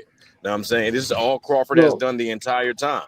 And my yeah, thing is that yeah. with Crawford, ain't nobody talking to you, motherfucker. But my issue with Crawford is that he's the only person that has all of these belts, but has to fight nobody who is in championship contention. There's not another champion that you could say that gets belts, and then it's like, but they're so good. The belt means that they're so good that they don't have to fight their contemporaries, or they don't have to fight the people who are neighboring them in talent, reputation, or anything the fuck else. He's the only person with that status. When Tank was just about to fight Lamont Roach, some of these same people, and Hacker, I want to say Hacker did as well. And you can correct me if you want to, but I might go back and dig up the dirt on you, Hacker, because I know that your story's got a yoga element to it. They like to stretch. So I want to say Hacker was also saying that nobody wants to see Lamont Roach. Who the hell is Lamont Roach? So on and so forth. A lot of these so-called fans, or Tank haters more so, were saying, who the fuck is Lamont Roach? Tank was cherry picking, so on and so forth. Now these people are saying that Tank has to fight Lamont Roach in order to be considered great himself. Same people, same argument. You know what I'm saying? So it's like the double standard is always evident, always towards one side of the field. You know what I'm saying? And with Crawford, it just seems more apparent that he has to do less when he gets in the position to actually have to do more. But You I'll crash correct. my You car right right though. there. Can Wait, I wait, go? wait, wait, wait. Can I go real quick? Hold on. No. Nah, You're nigga, talking you've about been talking the whole time. It ain't your turn. It ain't Hacker, your let's turn. me and you, let's me and you be quiet and let these other brothers talk, bro. Damn. Like, Yeah, let's both be quiet and go let ahead, them talk, bro. Shit. go ahead. All right, I'm ready to go. Yeah. Hold on. Let me get this off, man. Uh, Albert Bell and Rafael Espinosa need to be at 140 with their big ass, man. I ain't gonna stop saying this shit ever. Get y'all 6 foot ass Oh out of my these god. midget ass weight classes. Go up, niggas. I'm tired of it. Oh my goodness. Yo, I see all this like this. I mean, a lot of fighters do this, and I'm pretty sure even with Bud, it's like that. They act like women who basically they'll flirt with a whole bunch of dudes, but all in all, they know who they're gonna get some ass to. And that's all Bud was doing. Yeah, he was gonna talk, flirt with everybody at 154 at one time, but his eye was always probably on Canelo at some certain time. Now I don't know exactly when his eye turned, But I mean, that's all that was. And it's nothing wrong with it, nothing good or bad with it. But the bottom line is, a lot of people pick and choose when they say, well, talk is cheap, action speaks words. But in certain cases, no, talk is what talk is. That talk is legitimate. You can't have it both ways. And this is why I always say, 99% of these boxers will lie. And so I got to follow what they do. I can't follow what they say. If I follow what they say, they're going to lead me, I'm basically going to be led astray. So I got to see how they move, what their actions are, and all this good stuff. So that's all this is. It was, it's all it, I mean, I hate to say it, they was flirting. That's all this was. Bud was flirting, but he knew he really wanted to fight. What? Who did he really want to fight? Bud, he thought Bud. No, He thought Bud Bud doing fight. I got you. Right. That wasn't no. Oh, we See, got I another think nigga that ready to all cross. It this was stuff. known. He started saying it in interviews and everything, so it was known. Yeah, he did say he didn't Listen. want that fight until Spence, until he seen that fight was mapped out for Spence. Though he really did seem to map out all his career moves after he got in that seat, because he definitely wasn't going to defend undisputed. Like title defenses is like that. He's allergic to that, so he was going to look for another marquee. Hell no, man. He's going to defend it against Spence, though. What he gonna do now? That's my question. What he gonna do now? Nah, bro, he's not gonna do nothing but talk shit about bigger fighters, attach his name to bigger fighters for relevance, like he always done, but never be willing to actually fight them motherfuckers. He won't even be willing to fight the person that leads up to him. He's gonna fight a no-name motherfucker from something stand, wherever the fuck he can find them at. Hopefully they have a belt, so then they could decorate. So then the belts shine so bright for these idiots.